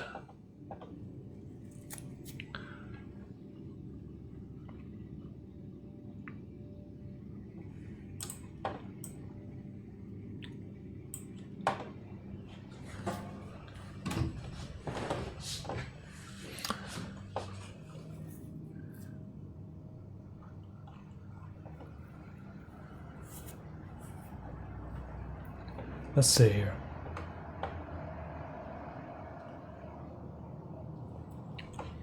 Raven fluttering off as the face moves closer. I could try doing that. You know what? I'll just try it, see what happens. I actually have some ravens fluttering off from a previous episode, so I might just try to reuse the asset. Let's see here. I think it was episode 2.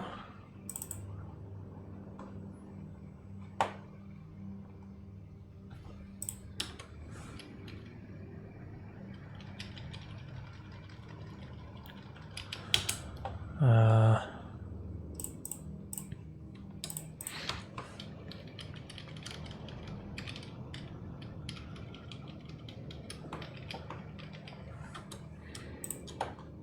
think it might have been this actually.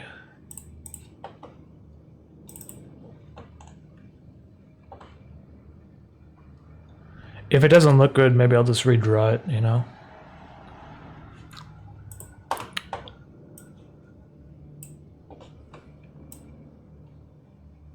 I'll probably have to change them to be black. Color overlay.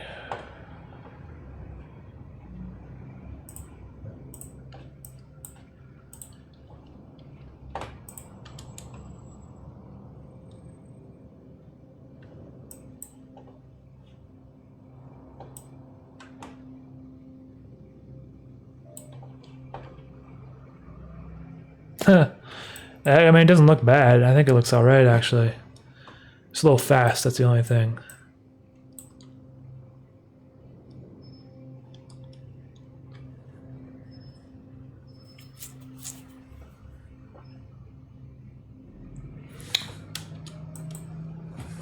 Polish is hard. Both pronunciation and grammar, even natives have some problems with the latter. Yeah.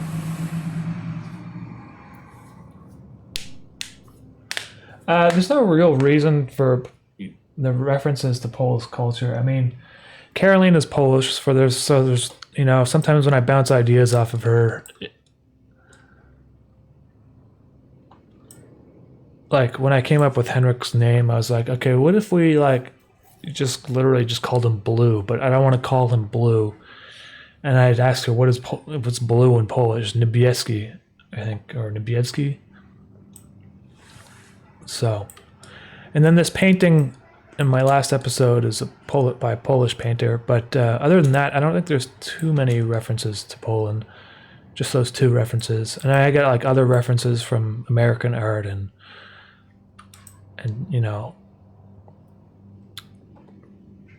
so it's and different cultures too. Like this was.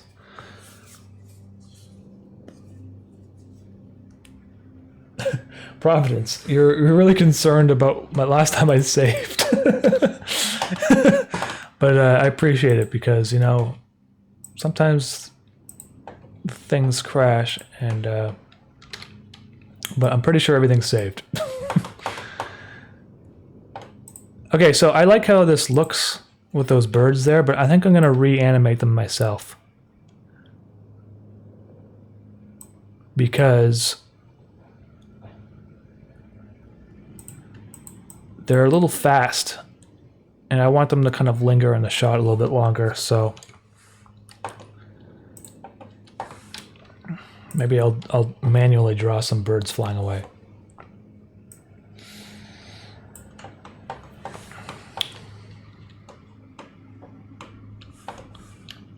So I'm gonna copy this, copy.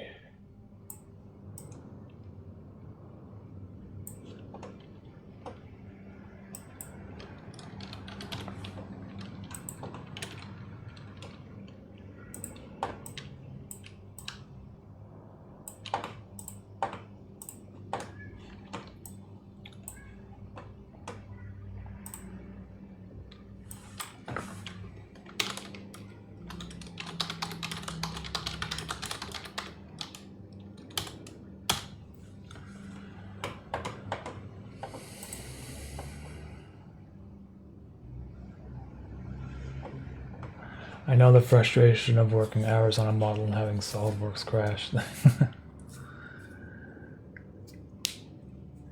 I'm in animation school in France and I shared your stuff with my classmates and it revealed us that we can do our own stuff on our side. Yeah, man, that's definitely what you should be doing. I mean, when I went to university for film school, I didn't really have too much time to do stuff on my own, even though we had access to all the equipment and stuff. But you don't have to do something like crazy long and in depth. Like you can do short little animations and stuff on your own. And sort of develop your own style apart from whatever the teacher tells you you have to do, you know? You don't, there's not really any rules, so. Okay, so I'm gonna try drawing these birds now.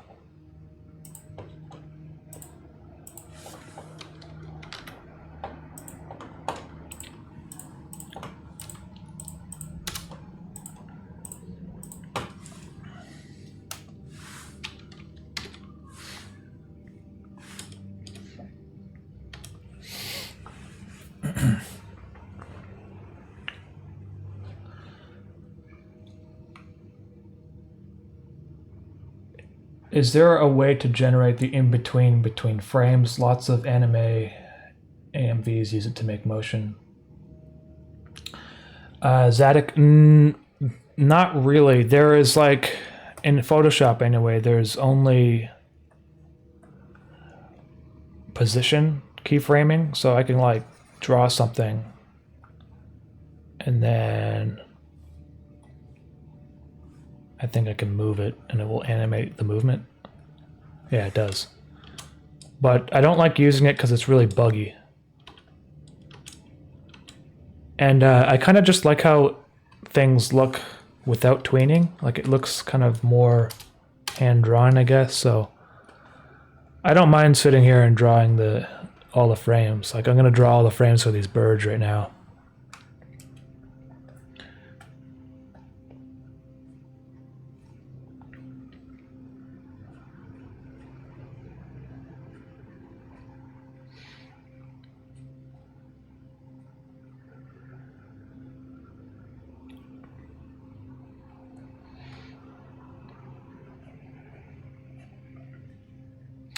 Probably going to draw one bird at a time. Animate one bird at a time.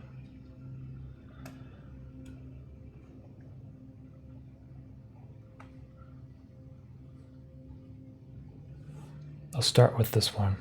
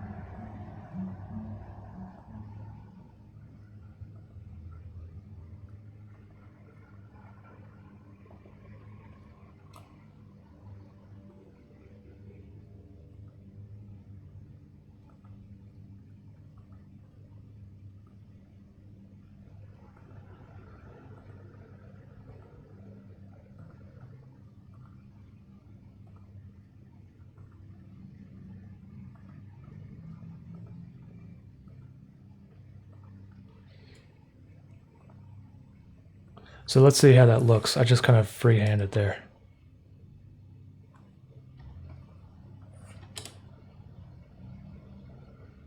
Yeah, it's not bad.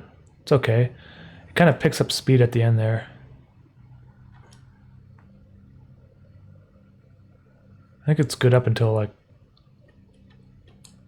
right here. Let me save this.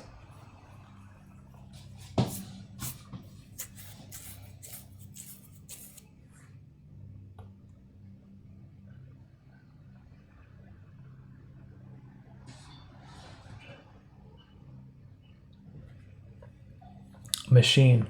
Have you used the little blue guy on the bottom right for any animations? Kind of like him. Yeah, I think you're talking about Grimace down there, right?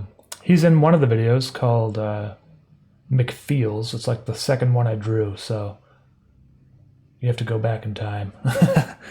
It's like, yeah, it's like the second animation I made. It's an old one. That's basically when I drew, that's when I started drawing these live streams. think that is like...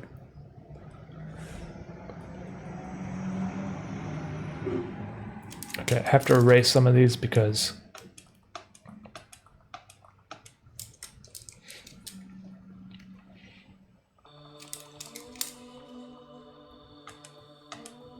it picked up speed too quickly.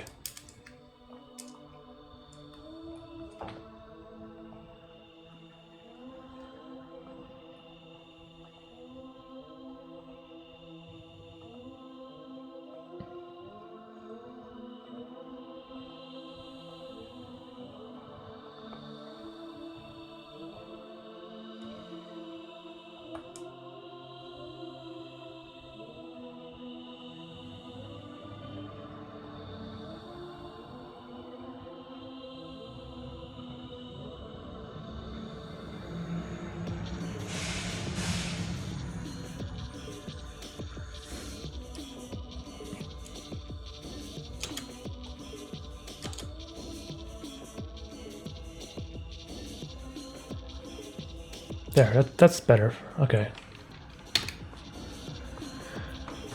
Hope you do well on episode 15. I'm gonna play Minecraft a bit. Alright, Limbo, see you, man.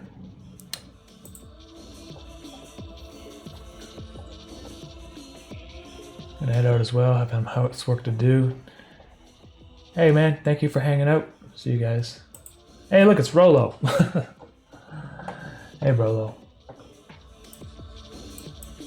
Hey, I don't know if you guys seen any of Rolo's videos, but I think you should check them out on his YouTube channel. He's only got 3 of them, but they're pretty funny. They're kind of like VHS, kind of retro looking.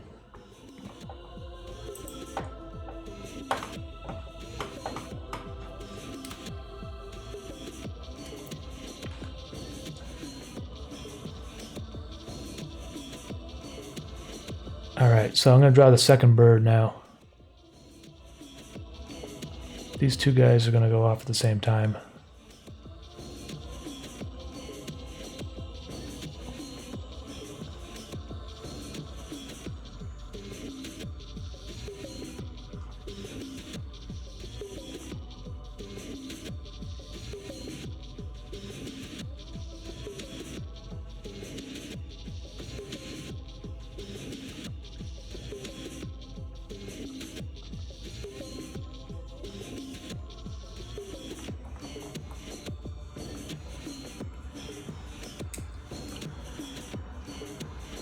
Is this music on Spotify? It could help you.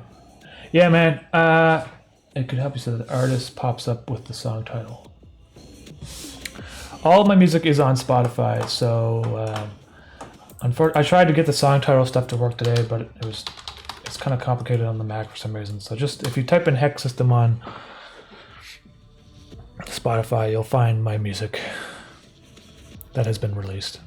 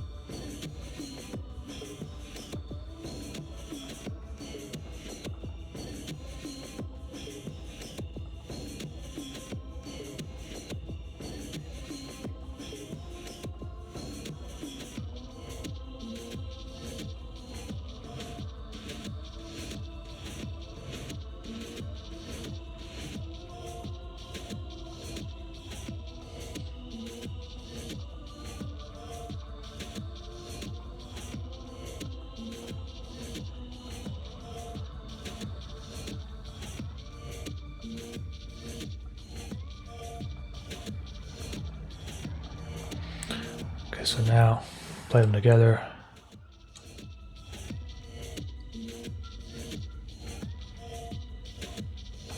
Not bad.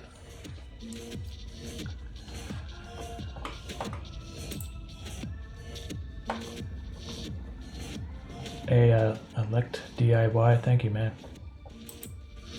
Do you voice Mischief yourself? Yes, it's I do Mischief's voice with some computer tricks and stuff.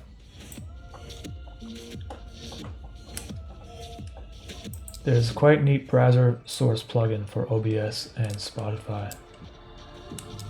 Okay, man, I'll have to. The problem is that I have a few tracks I made just for the live streams, and so right now I'm using a playlist plugin with the VLC, and I don't want to upload those tracks to Spotify because they're just I've made them in like 10 seconds, like they're just kind of drone sounds and stuff. So, but I have to figure that out because you're right. Any chance the $20 Patreon tier would ever be available again? Whips World, it was available for like half a day, like about 2 months ago. But the thing is that I don't really open it up very much or often or ever really because it's very popular and I would just be sitting here drawing people all day instead of animating. So that's part of that's partially why I don't really have it open right now. Sorry, man. Whoever is on Patreon that decides to leave that tier, a new spot will open up. Basically, that's how I have it set up right now.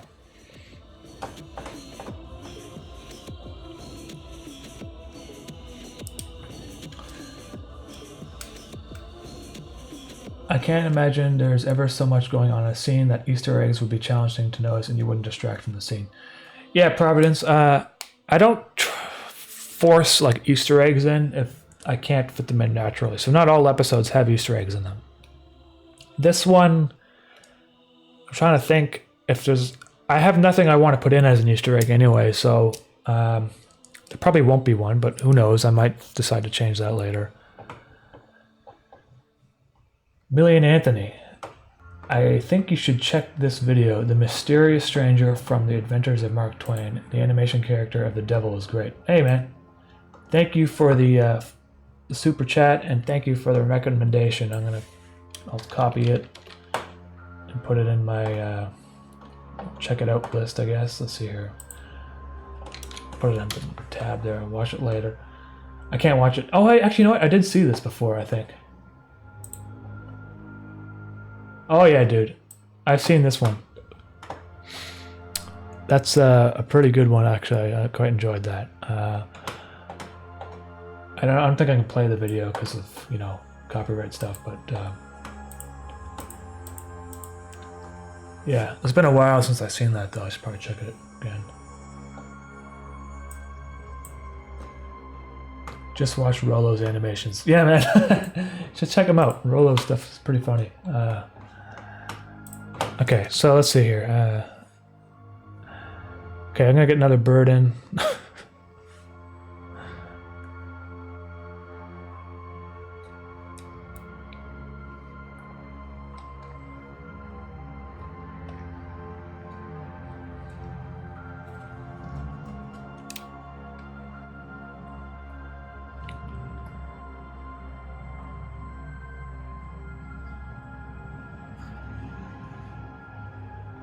I'll put this on a separate layer.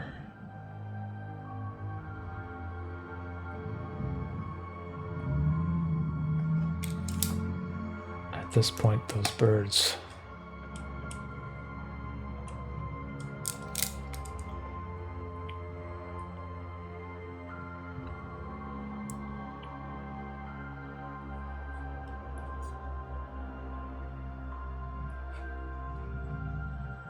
If anything, these birds should take off after the birds that are in a different distance.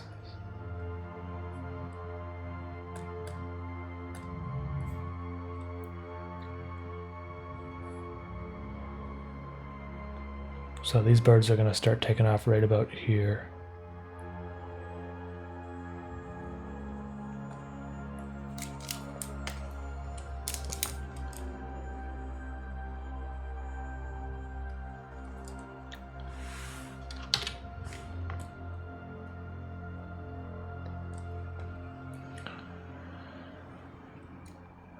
Zadok, I found the in-between generation thingy. It's called Twixtor. It's a plugin for AE. It's originally used to make fake slow motion from videos that have 24 frames per second. Oh yeah, man, I heard of Twixtor before. I don't know, like, it might just kind of make weird kind of alias, a kind of glitching effect in between the frames, but I could try it. I mean, I never know. Sometimes it does work pretty well. I know that people used to do Lego animations used to use Twixtor for that. It would make everything like super smooth.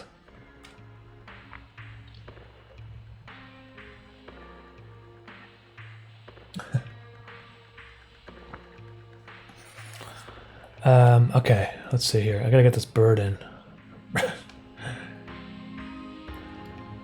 One bird at a time.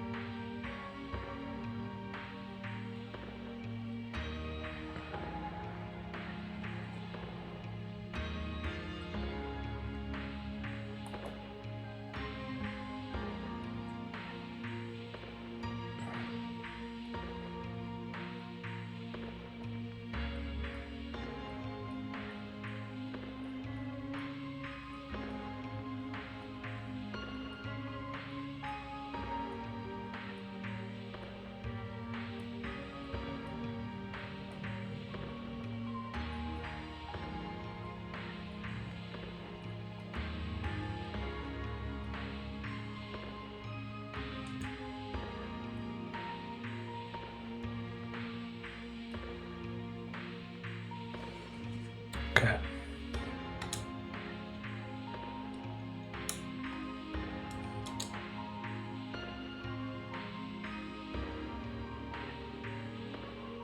Nice.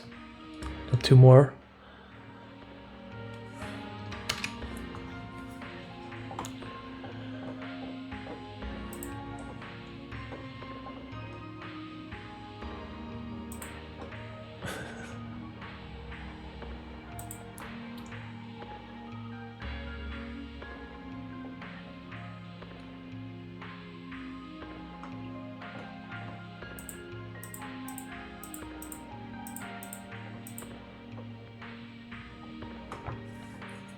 Aiden Wallace, Spotify now playing. Okay, sweet.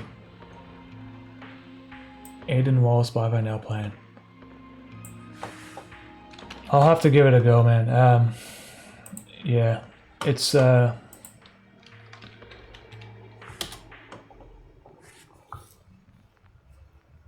I'll take a look at that later. Thanks, man.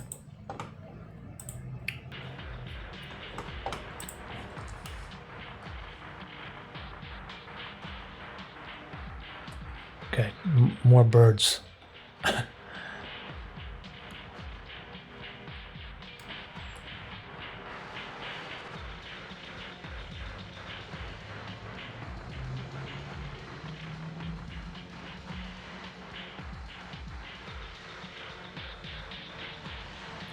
So when a bird starts flying, I guess it flutters its wings more frequently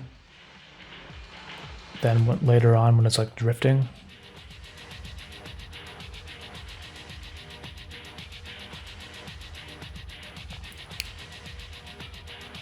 So I'll try to animate that for this one.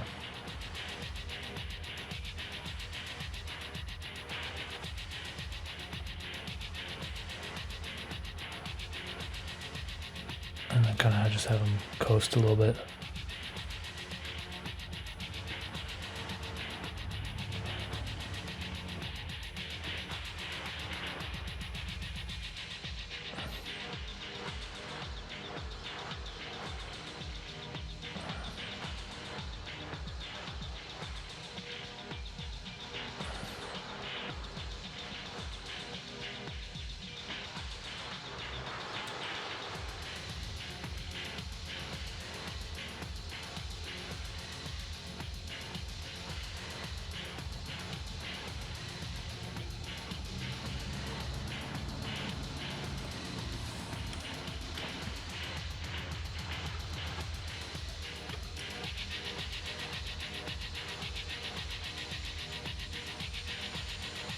Last bird.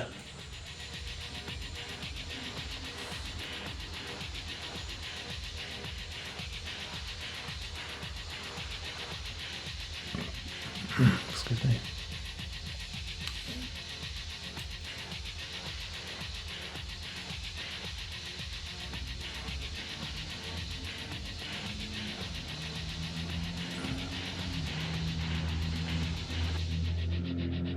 Oh, the wings go down a bit. Yeah. Yeah. I kind of didn't draw them going down, did I? Oh well. Maybe I can touch it up a few shots later.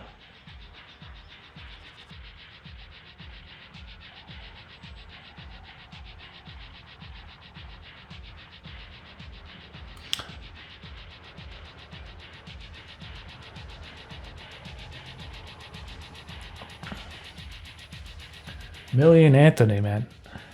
I'm so sorry to bother you again. You know, man, don't have to be sorry. That's what you guys are here for, or it's why I'm here, is to answer all your questions and stuff. Thank you again, dude. What do you think about the cartoon Courage the Cowardly Dog? By the way, your work is great, man. Oh, thank you, dude. I've heard of that show, but I don't think I've really seen it too much. Let me just look it up so I know what you're talking about.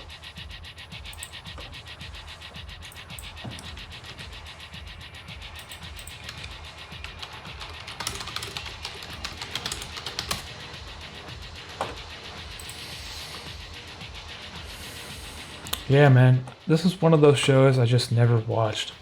I think it might have been a little bit after my time, I think. Because it reminds me of like Ren and Stimpy, but it's not. It looks like it's a little bit inspired by it, possibly. When did this show came out? Premiered 1999.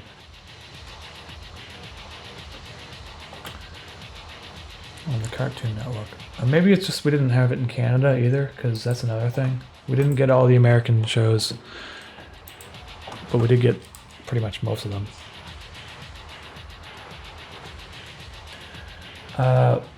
Sorry, so yeah, sorry man, I don't have much of an answer for that. Dude, watch Courage the Cowardly Dog. Okay, well maybe I'll have to check it out then.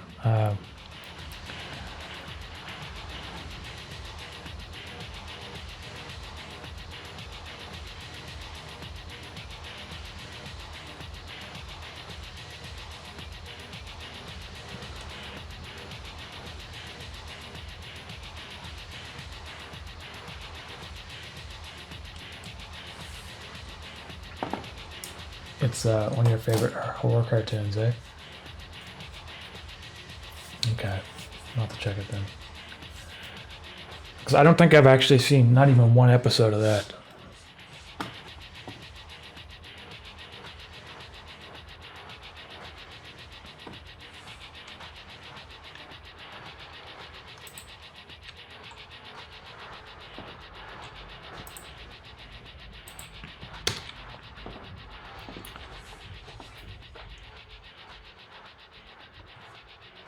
When is episode 15 going to be up for viewing? Well, I'm working on it right now. It's like half done, so a couple weeks maybe, 2 or 3 weeks.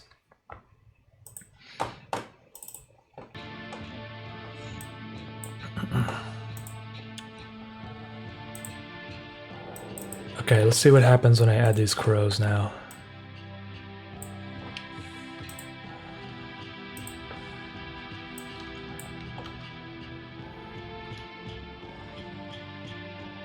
Oh yeah, that looks nice. That's better than this one, so I'm gonna also put it underneath the head. Maybe have him start a little bit earlier.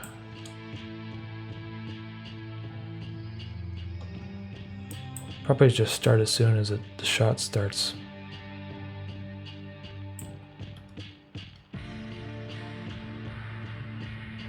Ah, yes. I like it. That's cool, man. I don't know if you guys can see that. It's kind of zoomed in for you. So like a full screen button here. I'll play it back for you.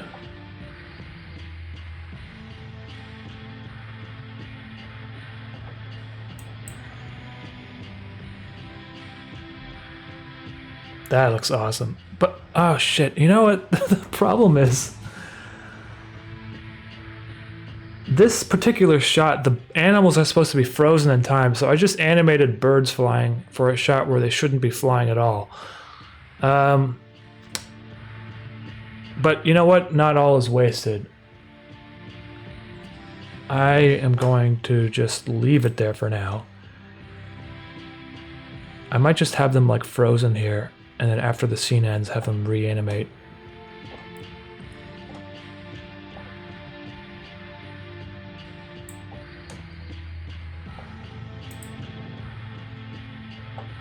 Yes, I know exactly what's going to happen now. Okay, I got this shot in my... Figured it out. So I didn't waste those birds. They're going to be used. And actually, me coloring things there is probably a good thing, because what's going to happen is... maybe this will be like the last shot of the face. Yeah, I needed to do this anyway. Okay, so what I should do is... let's just duplicate this here.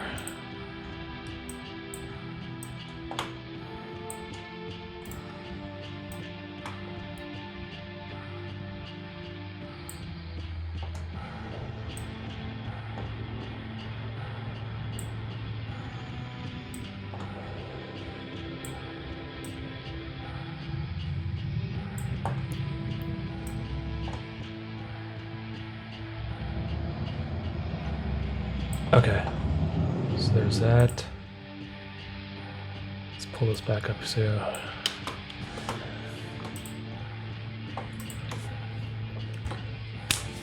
Hey Umami, I've seen that there are some moments in your videos where I can hear or read French. Do you speak French yourself? I do speak French, kind of roughly.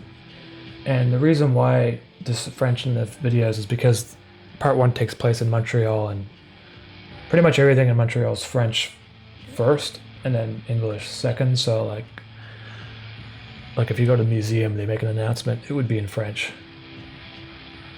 Or if you're in a hospital, the nurses all speak French, basically. That's, you know. And Alessandro, I do the voice for Mischief. And for other people, for the other characters, I hire voice actors. I also do the voice for Hands in those Barry videos.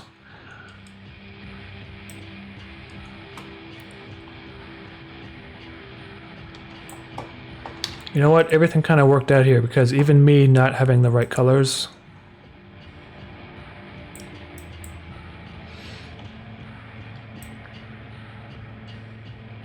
Right here.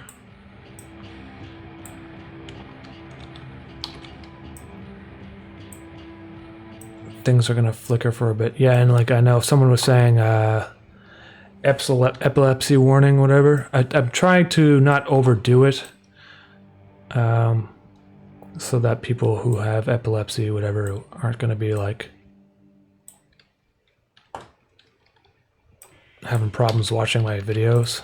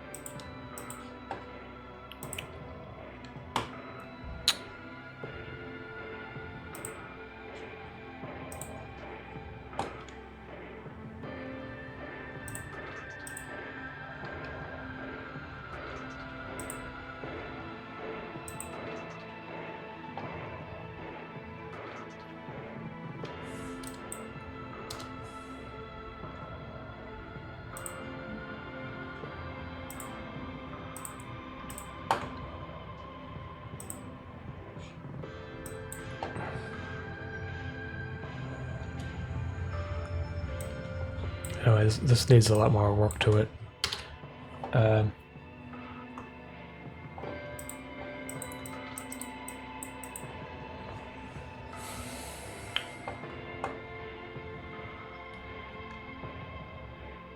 Pretty much every episode, or anytime you see like a building that looks distinctive or whatever, it's based off a real place in Quebec or Montreal. I try to incorporate as many real looking places as possible.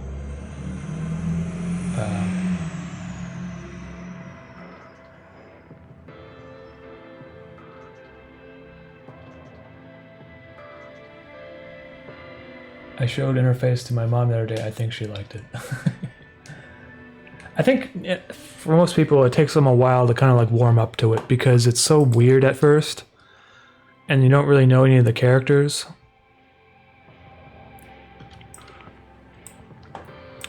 And at first, like the first couple episodes, you might kind of just write it off as being like a weird, you know, just being weird for the sake of being weird.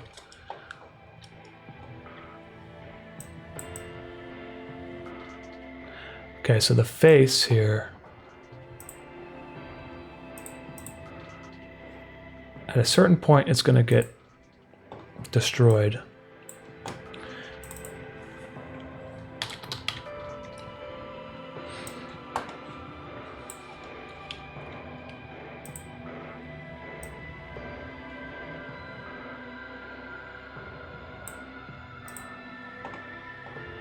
Pre-comp 3, let's just increase the size of this.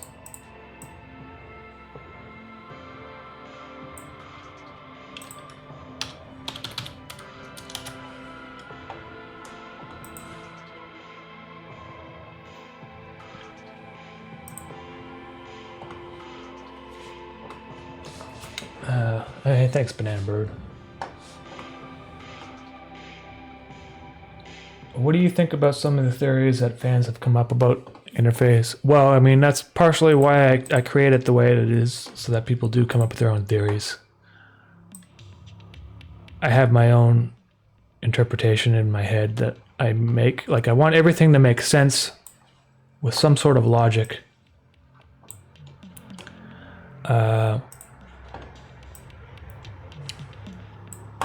At least in my own head. And then people can draw their own conclusions about what it means and that sort of thing. But I think it's important that at least there's some sort of, you know, even if it doesn't make any sense, at least there's some sort of logic to the craziness. I don't know if this is going to look good, so I'm just going to just check it, just try it and see what happens.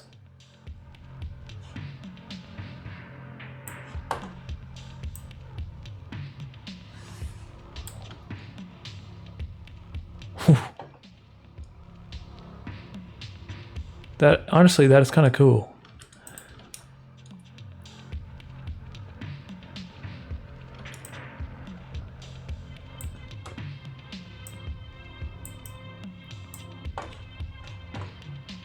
Cut away. Let's see.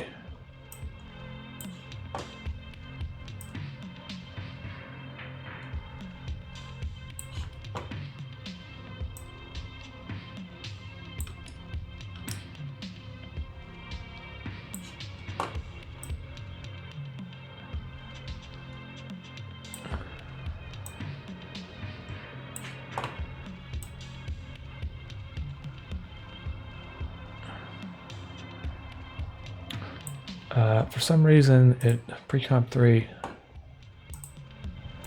why is it, do I have to increase the size again? Oh, it's everything. Hold on. Pre-comp 2 should be bigger too.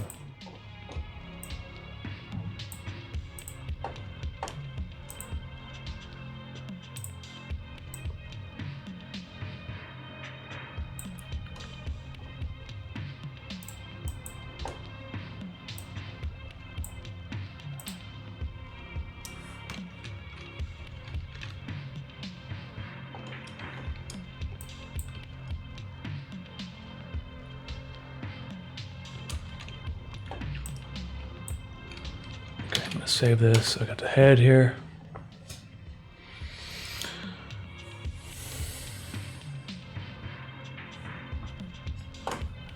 Cartoon Caveman says hi. Hey, man.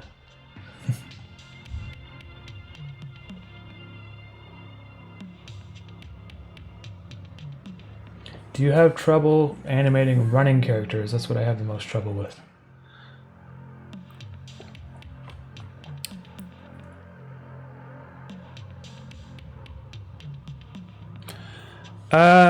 The only time I really drew someone running was in the bonus video.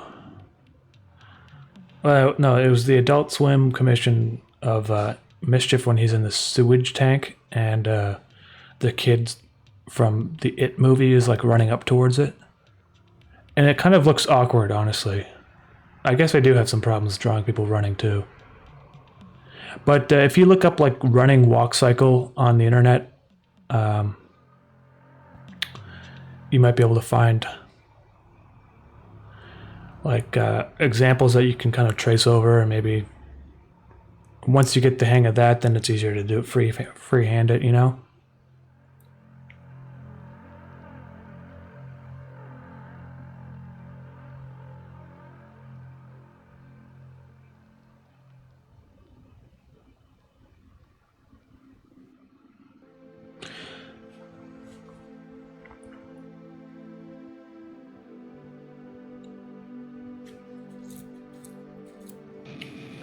Anyways, guys, I think I'm gonna wrap this up because I'm kind of, I don't want to, you know, this shot is like 80% done. It needs some finessing. I don't like how the pixels get really thin here, so I'm gonna fix that later. But it looks pretty cool as a starting point. I think I need to eat some lunch or something. Get some coffee. I'm pretty happy how this turned out. This is actually, you know, more work than I usually do in a live stream. Somehow I managed to get something pretty good out of this. Because usually I just can't multitask. So I think the only thing I need to fix is see how it's like the pixels are too small, if that makes any sense. You know what? Maybe let's just try something before I call it quits. I might just take this Blobalize preset, plugin, put it within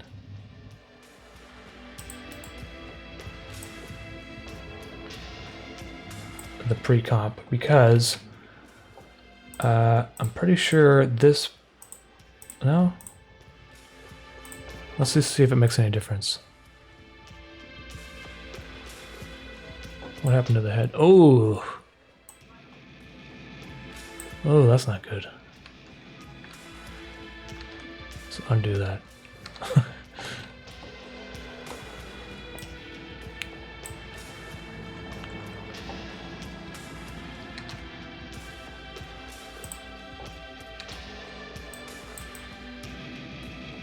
Anyway, yeah, I'll fix that myself. I don't want to like... You know what they say about animation? It's like, or doing this kind of work,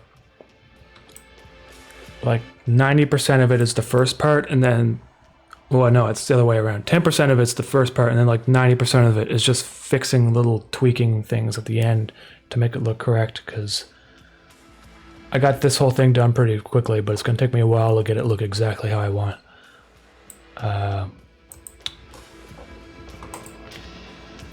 All right, yeah, thanks guys. Thanks for hanging in, and I'll talk to you guys all next time. Sweet. Thanks for hanging out, and thank you for everyone who super chatted. I really appreciate you guys just hanging out and talking with me on the weekends. I appreciate it a lot. Until next time, bye everyone.